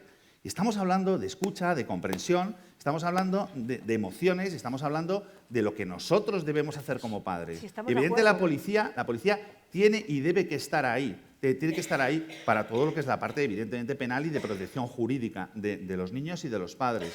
Pero estamos hablando de ciberacoso escolar y estamos hablando no de la visión nuestra, estamos hablando de la visión de los niños. Claro, pero ese niño que si a mí me lo cuenta, yo cuando digo a mí, digo al policía. Si a mí me lo cuenta y me está dando pelos y señales de lo que le pasa, y sin embargo en la reunión posterior el padre y el colegio no están de acuerdo en lo que hay, ahí al niño le afecta. Y lo que no se puede es calificar cuando no es, ni engordarlo, es decir, hay que ponerlo en su justa medida, porque no puede ser una situación que todo el mundo está viendo que no es acoso y el niño al final lo somatiza porque el entorno lo está viendo. Por ese odio al profesor. No, aquí hay que trabajar en la misma línea. Y podrá ser un profesor muy incompetente y podrá ser el policía muy borde, pero la situación es la que hay. Y ahí el desconocimiento y la falta de intercambio de información real hace que muchas veces situaciones que cuando se analizan no había en ningún caso un ciberbullying. Desde el punto de vista penal. No. Y desde psicológico, emocional. Psicológico y emocional, cuando empieza habrá que tratarlo. No para que llegue a, pero no se puede meter todo en el mismo saco porque al final es que me está acosando y resulta que Esther, la palabra se está mal utilizando y el niño lo está oyendo pero nosotros, y lo oye y llega al cole y se lo cuenta al otro y la bola crece. Esther, nosotros tenemos que dar, la policía tiene su campo de actuación. La policía preventiva, que nosotros no la policía tenemos que dar respuesta a todos y cada uno de los casos, sean ciberacoso o no, porque una cosa es la definición penal del ciberacoso y otra cosa es la definición pedagógica, social y emocional del ciberacoso. En las actas que nosotros hacemos, que es un documento público que se archiva en una aplicación informática y que el fiscal puede pedir, la mayoría no son por ciberacoso. Se habla, se cuenta, pero se le da herramientas para poder gestionarlo. Y eso, cuando una persona está pensando si eso no es fundamental. Mira, poder yo creo, ayudarle. perdóname, yo creo, si es que me parece que al final no hay tanta diferencia en lo que estáis diciendo unos otros. Porque, pero para el padre sí. Lo sé, porque para el padre lo que está, el padre no discrimina cuál es la tipología de la actitud o de lo que está sufriendo su hijo. Si lo que quiere efectivamente es una actuación que cese, ¿no? Y efectivamente vosotros tenéis otras partes de comportamiento o de pautas que efectivamente las circunstancias son diferenciadas. Me vais a perdonar, es que aunque íbamos a terminar a y media, yo os voy a pedir que nos acompañéis al menos 5 o 10 minutos más, porque hay muchísimas preguntas y al menos me gustaría dar salida a aquellas donde hay mucha coincidencia, ¿no? Y hay muchísima coincidencia sobre cómo detectar la situación que está sufriendo el chico o la chica. Y lo voy a resumir, hay 8 preguntas sobre esto, ¿no? Y sin duda alguna pues habrá otros invitados, otros asistentes que no han tenido la iniciativa de ponerlo sobre el papel. Pero lo voy a resumir en una porque está muy sencillo. Dice, el padre está a la luna de Valencia, el hijo sufre ciberbullying. ¿Qué signos o síntomas suelen ser habituales para que el padre lo haga sospechar o lo detecte? Quizás, José Antonio y Leticia. Sí, los que saben de la sintomatología de ciberbullying, aunque parezca de perogrullo, los únicos que saben de esto son los chicos y las chicas. Es decir, los adultos nos aproximamos un poquito, pero cuando hablas con muchos te das cuenta del pavor por la vida que pueden llegar a tener. Y un niño con pavor por la vida, que pierde la confianza en su gente, que pierde la confianza en sus amigos, que ve destrozado su corazón, que no tiene momento de respiro y que ha aprendido ya a no defenderse, tiene síntomas. No quieres coger el móvil, no sales a la calle, a veces dices que no quieres ir al colegio, a veces no vas al colegio, tienes enfermedades psicosomáticas relacionadas con el profundo estrés. Hace bien poco salía un estudio que referenciaba claramente lo que ya sabemos, que los chavales que sufren ciberacoso tienen un nivel de cortisol en sangre muy elevado, muy por encima de lo que tenemos las personas que estamos conviviendo, viviendo, teniendo relaciones interpersonales razonables. Comen menos, no duermen, están angustiados. Esta es la historia. Y entonces, no te lo dicen. Es verdad que estos síntomas, termino ya, Lorenzo, es verdad que estos síntomas pueden estar relacionados con otra causa. Pero si nosotros observamos ese tipo de sintomatología, más o menos agravada, desde luego, lo primero que se me debe pasar por la cabeza no es si es o no ciberbullying, sino voy a hablar con el profesor para ver cómo está mi hijo en clase. Y el profesor José Antonio, que también hay varias preguntas en este sentido, porque las circunstancias, los síntomas, entre comillas, que has descrito, son casi de percibirlos en casa. ¿Y el profesor cómo puede detectarlo en una clase? Pues el profesor en secundaria puede tener 30 alumnos. Nosotros aconsejamos... Más, dicen por ahí. Pero es que Sí, es en primaria. lo he dicho empieza en como primaria, media. Como media. Pueden ser 32, en algunos casos lo digo con el máximo respeto. Si miramos las medias que dice el Ministerio, son menos. Pero fundamentalmente no es sencillo identificar. Pero una de las cosas que nosotros hemos incorporado este año como un elemento fundamental para analizar las relaciones interpersonales en la clase y, por lo tanto, detectar posibles situaciones de exclusión, es la aplicación de una prueba, de un procedimiento sociométrico, que es verdad que, en fin, tenemos que mejorar todavía, ajustar, pero que te da un mapa de relaciones y un mapa de exclusiones que te permite identificar cuáles son las situaciones que están jugándose, cuáles son los roles que se están jugando en el aula. Bueno, y este es un elemento muy importante para el tutor, ¿eh? Aparte de que tienes que mirar quién participa, quién no participa, tienes que estar, ojo, avizor de determinado tipo de conductas y demás, ¿no? De determinado tipo de conductas que pasan por la relación interpersonal de los chavales en la clase. Pero hay un procedimiento que desde luego nos aporta una gran información, que son procedimientos sociométricos al mes y medio de empezar las clases. Esto nos va a dar un mapa de situación de cómo se están cociendo las relaciones y las posibles exclusiones en las clases. A mí me gustaría, no sé si vas a hacer más preguntas respecto a... Evidentemente, síntomas a nivel de padres, hay síntomas de cambios posturales que incluso en ocasiones son una muestra de que algo está pasando en los hombros, la postura de la cabeza, cambios en los hábitos de ropa. Los niños tienden mucho a autolesiones, incluso en determinado tipo de aspectos de la mirada huidiza, cambios en las relaciones sociales. En los colegios, evidentemente, esos cambios se reflejan y el profesor, si está atento, lo puede. El trabajo en tutorías, el desarrollo de técnicas de inteligencia emocional para ver cómo van cambiando los niños, el dejar que los niños se conozcan, hablen, el permitir que ellos expresen sus emociones en los colegios en los que se está haciendo, evidentemente, da muchos y muy buenos síntomas. Hay que tener trabajo para tutorías y los profesores, evidentemente, tienen que tener apoyo para desarrollar ese tipo de técnicas. Pero son muchos los síntomas que denotan que se está produciendo un bullying, un ciberbullying, tanto en casa como con el colegio y, por supuesto, lo que ha dicho somáticamente, enfermedades. Mi hija las ha tenido de todos los colores, ¿no? No os podéis ni imaginar por lo que ha pasado. Hoy falta la doctora Salmerón, que es un ejemplo científico de lo que pasa a los niños cuando sufren este tipo de procedimientos de acoso. Pero más allá de eso, quiero que penséis una cosa. Ahora se está estudiando, nuestros chavales ahora tienen otro tipo de inteligencia distinta a la nuestra, lo que llaman la inteligencia digital. Para ellos, todas las reacciones que tienen fisiológicas y químicas en el cerebro están cambiando. Ellos perciben el mundo de otra manera y, por tanto, todo ese tipo de cambios que se están produciendo en su forma de desarrollo también producen cambios en sus relaciones sociales y en sus emociones, ¿no? Y eso sí que es cierto que, estando atentos, nos puede dar muchas pistas de que está pasando algo, tanto en casa como en el colegio. Nosotros que ahora hemos empezado a trabajar con pediatras a la hora de intercambiar información, sí que hay un detalle, que ya dijo José Antonio, de lunes a viernes no quieren ir al colegio, les duele la cabeza, vómitos, y el fin de semana se le pasan los males.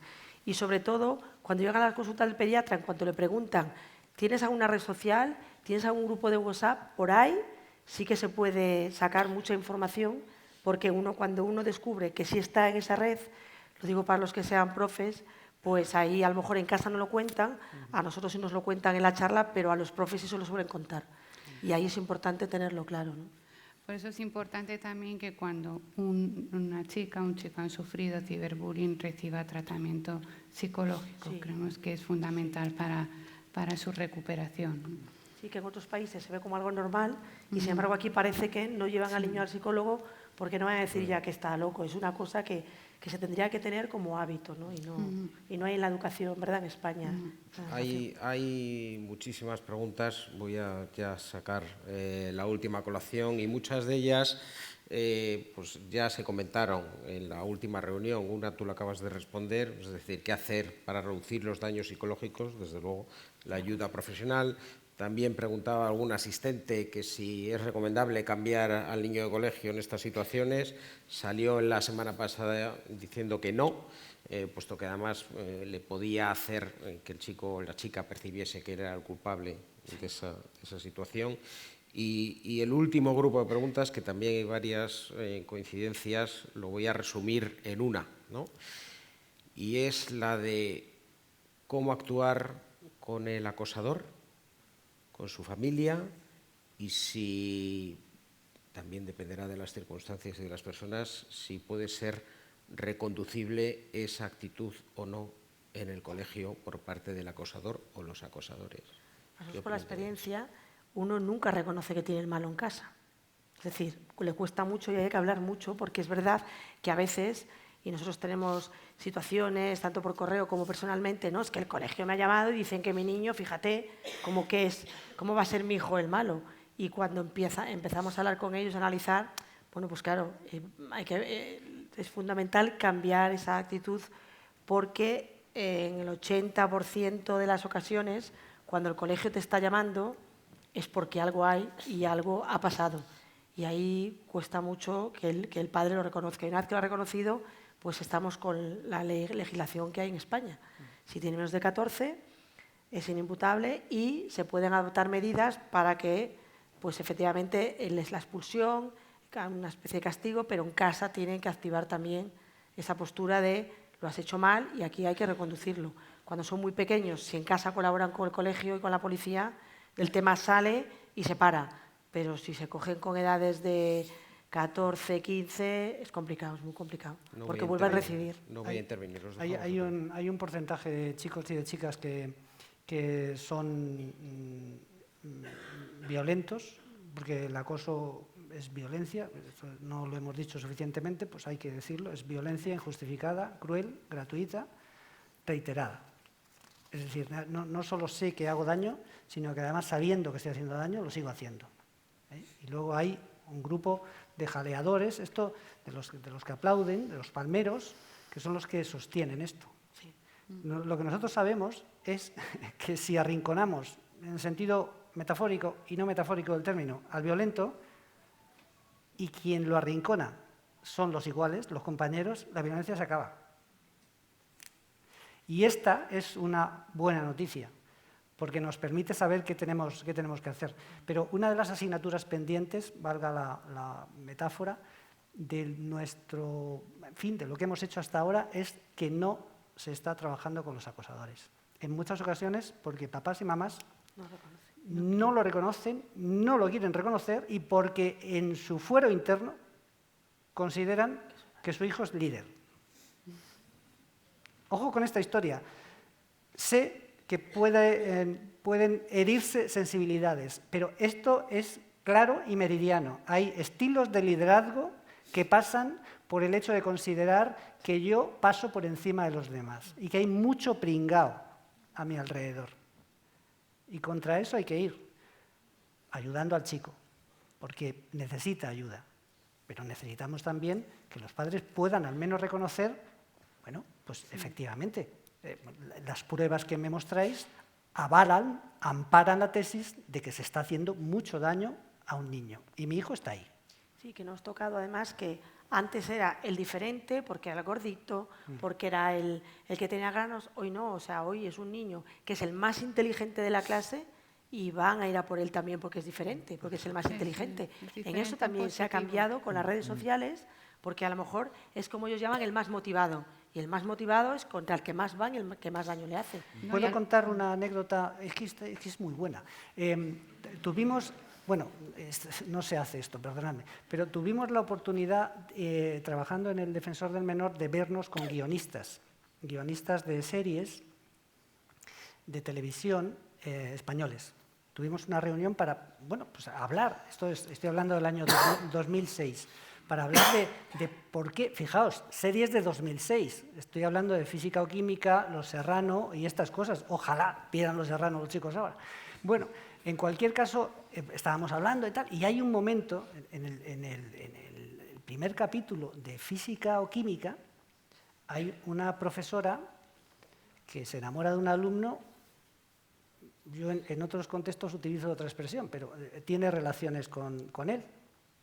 Primer capítulo. Y yo le digo al guionista, bueno, ¿y esto, aparte de que esto no ocurre, ¿esto por qué lo cuentas?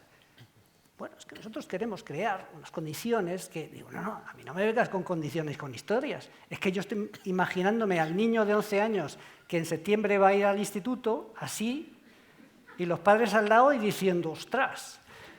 De manera que cuando yo vaya al instituto el día 15 de septiembre, diga, a ver cuál es la profesora que me va a zumbar. Porque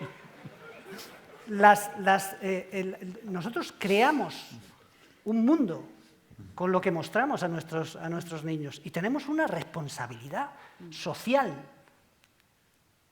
Yo no estoy hablando de volver a poner la casa de la pradera, estoy hablando sencillamente de que tenemos que gestionar adecuadamente cuáles son los estímulos, el modelo que desarrollamos como adultos. Pues volviendo, que él cuenta anécdotas, yo lo cuento en 20 segundos, caso real, que es el mundo real y el desconocimiento. Niño de 14 años, que al salir de clase tenía que ir a casa de su abuela. Pasan 2 horas y no llega a casa de la abuela. Era un pueblo, no es competencia de Policía Nacional, para que no piense nadie que es en un pueblo. Y como no llega a casa la abuela, pues ya iban a ir al cuartel de la Guardia Civil. Y a la madre se le ocurre mirar en el iPad que tenía de clase. Descubre que está Instagram abierto, porque tenía redes sociales en ese iPad. Descubre que es gay, descubre que ha tenido relaciones sexuales con un señor con el que ha quedado, y cuando se iban a denunciar al cuartel, aparece el menor. Y llama a un amigo policía, por eso digo, te lo pidas contra mi tejado, y le dice, ni se te ocurra denunciar, que como sepan que has entrado en el perfil de tu hijo, vas para adelante. 14 años tenía el menor. En España, con 14 años no se pueden tener relaciones sexuales. El que había contactado con él y con el que ya había quedado y se habían hecho de todo, era un tío adulto que reconocía a la madre que era adulto. Y ahora uno de ustedes es esa madre y tiene que pensar qué hace, si denuncia, si no denuncia, cómo gestiona el conflicto, cómo piensa, acepta o no acepta que su hijo es gay, cómo le va a gestionar lo que decía Leticia, cómo le vas a hablar. Eso hoy, que no es una película de Antena 3 ni de Telecinco, ocurre en España, ocurre en Madrid y le pasa a una madre o un padre y es que te cae el mundo encima. Y ahí tienes que recurrir a todos los especialistas que estamos representados en esta... Porque si no, te queda una pata coja. Y si te queda una pata coja, a ese niño no le vas a ayudar. Tienes que aprender a estar en redes, tienes que denunciarlo, tienes que llevarlo al psicólogo, incluso que se le recomendó, si es gay, tú lo tienes que aceptar, que no es ninguna enfermedad, y te podemos poner en contacto con el colectivo para que pueda ir a sitios y frecuente sitios de su edad, y no vaya a las redes sociales a buscar lo que no le están enseñando bien. Pero el pederasta y el groomer reconocía a través de Instagram a la madre que era adulto y le pedía disculpas. Vamos con los últimos 5 minutos que os repartís, Carlos, y cierras tú, Leticia, ¿te parece? Por volver a la pregunta que habíais planteado, hay que tener en cuenta una cosa fundamental, que es que cuando tenemos casos de acoso, ciberacoso, tenemos una víctima normalmente y luego tenemos 1 o 2 acosadores o 3, luego tenemos los cómplices o los que también, y luego tenemos los observadores, es decir, hay una tipología de personas implicadas y resulta que no nos podemos, por supuesto, centrar solo en la persona que está siendo víctima del acoso escolar.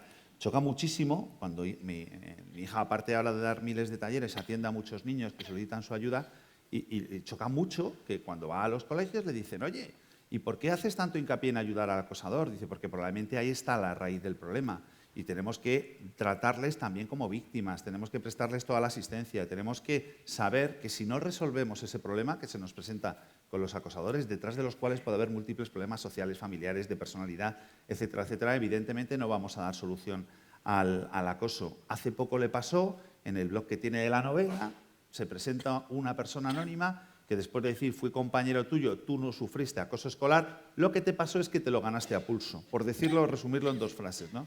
Y claro, al final, cuando lo estábamos leyendo, dicen, es increíble que ya con 23 años, esta persona, que no se ha identificado, porque encima, bueno, fue un poco cobarde, porque no quiso dar el nombre, primero dice, tú no sufriste acoso escolar, lo que te pasó te lo mereciste. Entonces, esa persona de 23 años, que fue compañero o compañera de mi hija, a día de hoy, pues es un posible acosador o es una posible persona violenta. No se han tomado medidas de ningún tipo en aquel momento, ni con uno ni con otro, ¿no? En el colegio de mi hija no se hizo absolutamente nada. Entonces, ¿qué ocurre? Que las consecuencias, pero teniendo en cuenta lo que pasó, evidentemente hay que prestarle tanta atención, no voy a decir más, ¿no?, a ese grupo o a ese acosador y a todo lo que ha pasado dentro de lo que ha sido ese contexto de conflicto. La verdad que en el teléfono ANAR nos llaman el menor víctima, nos llaman muchos menores espectadores que quieren ayudar a ese menor víctima, pero la verdad que nos llaman pocos menores acosadores. Y bueno, sí nos llaman los padres de los menores acosadores, pero los menores no. Lo poco que podemos ver de esos menores que nos han llamado es que, bueno, que actúan con bastante impulsividad. Y en el caso de ciberbullying hay una cosa que caracteriza y es que ellos se refugian en el aparente anonimato de las nuevas tecnologías. Es decir, creen que van a poder decir lo que quieran, van a poder hacer lo que van a quedar anónimos. Y no es así. O sea, un tema fundamental y en el que hay que formar a los niños es que, bueno, lo que se haga en Internet sí deja rastro en la mayoría de los casos, sobre todo a nivel de menores adolescentes, ¿no? Y que si son ciberacosadores, posiblemente se acabe identificando que son ellos los que acosan. No sé mucho más que añadir a lo que han añadido ellos. Es verdad que el otro día lo hablábamos, ¿no?, que a veces es mejor las medidas creativas antes que las punitivas, que no solo hay que tomar medidas para los menores acosadores y proteger al menor víctima, sino que hay que trabajar con todos, hay que trabajar con los menores acosadores, con los menores víctimas, con sus padres, con los profesores, con esos menores adolescentes que son espectadores de esa violencia. Y hay que dar formación en resolución de conflictos de forma pacífica, sin utilizar la violencia, en la empatía, que es muy importante, porque los menores adolescentes lo que vemos que a veces tiene una falta o una escasa empatía, no se ponen en el lugar de la víctima nunca. Y en el perdón, ¿no? Hay veces que no solo es la medida disciplinaria que hay que tomar, incluso la medida de tipo penal, si ya estamos ante un delito, sino que hay que trabajar en otros aspectos que son también muy importantes, ¿no?, en aspectos de buena convivencia, de buen trato. Muy bien, pues yo creo que hasta aquí hemos llegado. El problema tiene muchos lados, sin duda alguna, pero yo creo que los hemos tocado todos o casi todos, sin duda no con la profundidad que nos habría gustado, pero yo creo, al margen de que ha sido una charla, permítame, apasionante dentro del horror que significa tratar este problema, que además en algunos momentos la verdad es que yo al menos me he sentido estremecido. Yo creo que ha sido un enorme interés porque estoy seguro de que nos habéis dado los 4 pautas, guías, consejos a todos los que hemos estado aquí escuchándoos para poder afrontar este problema, o bien ayudar a quienes lo tienen, o bien, si algún momento Dios no lo quiera, pues poder hacer frente a él con alguna herramienta más, y quienes lo estén sufriendo, que a lo mejor tengan algo más de tranquilidad en el sentido que hay ayuda, que hay recursos y que hay medios para salir de él.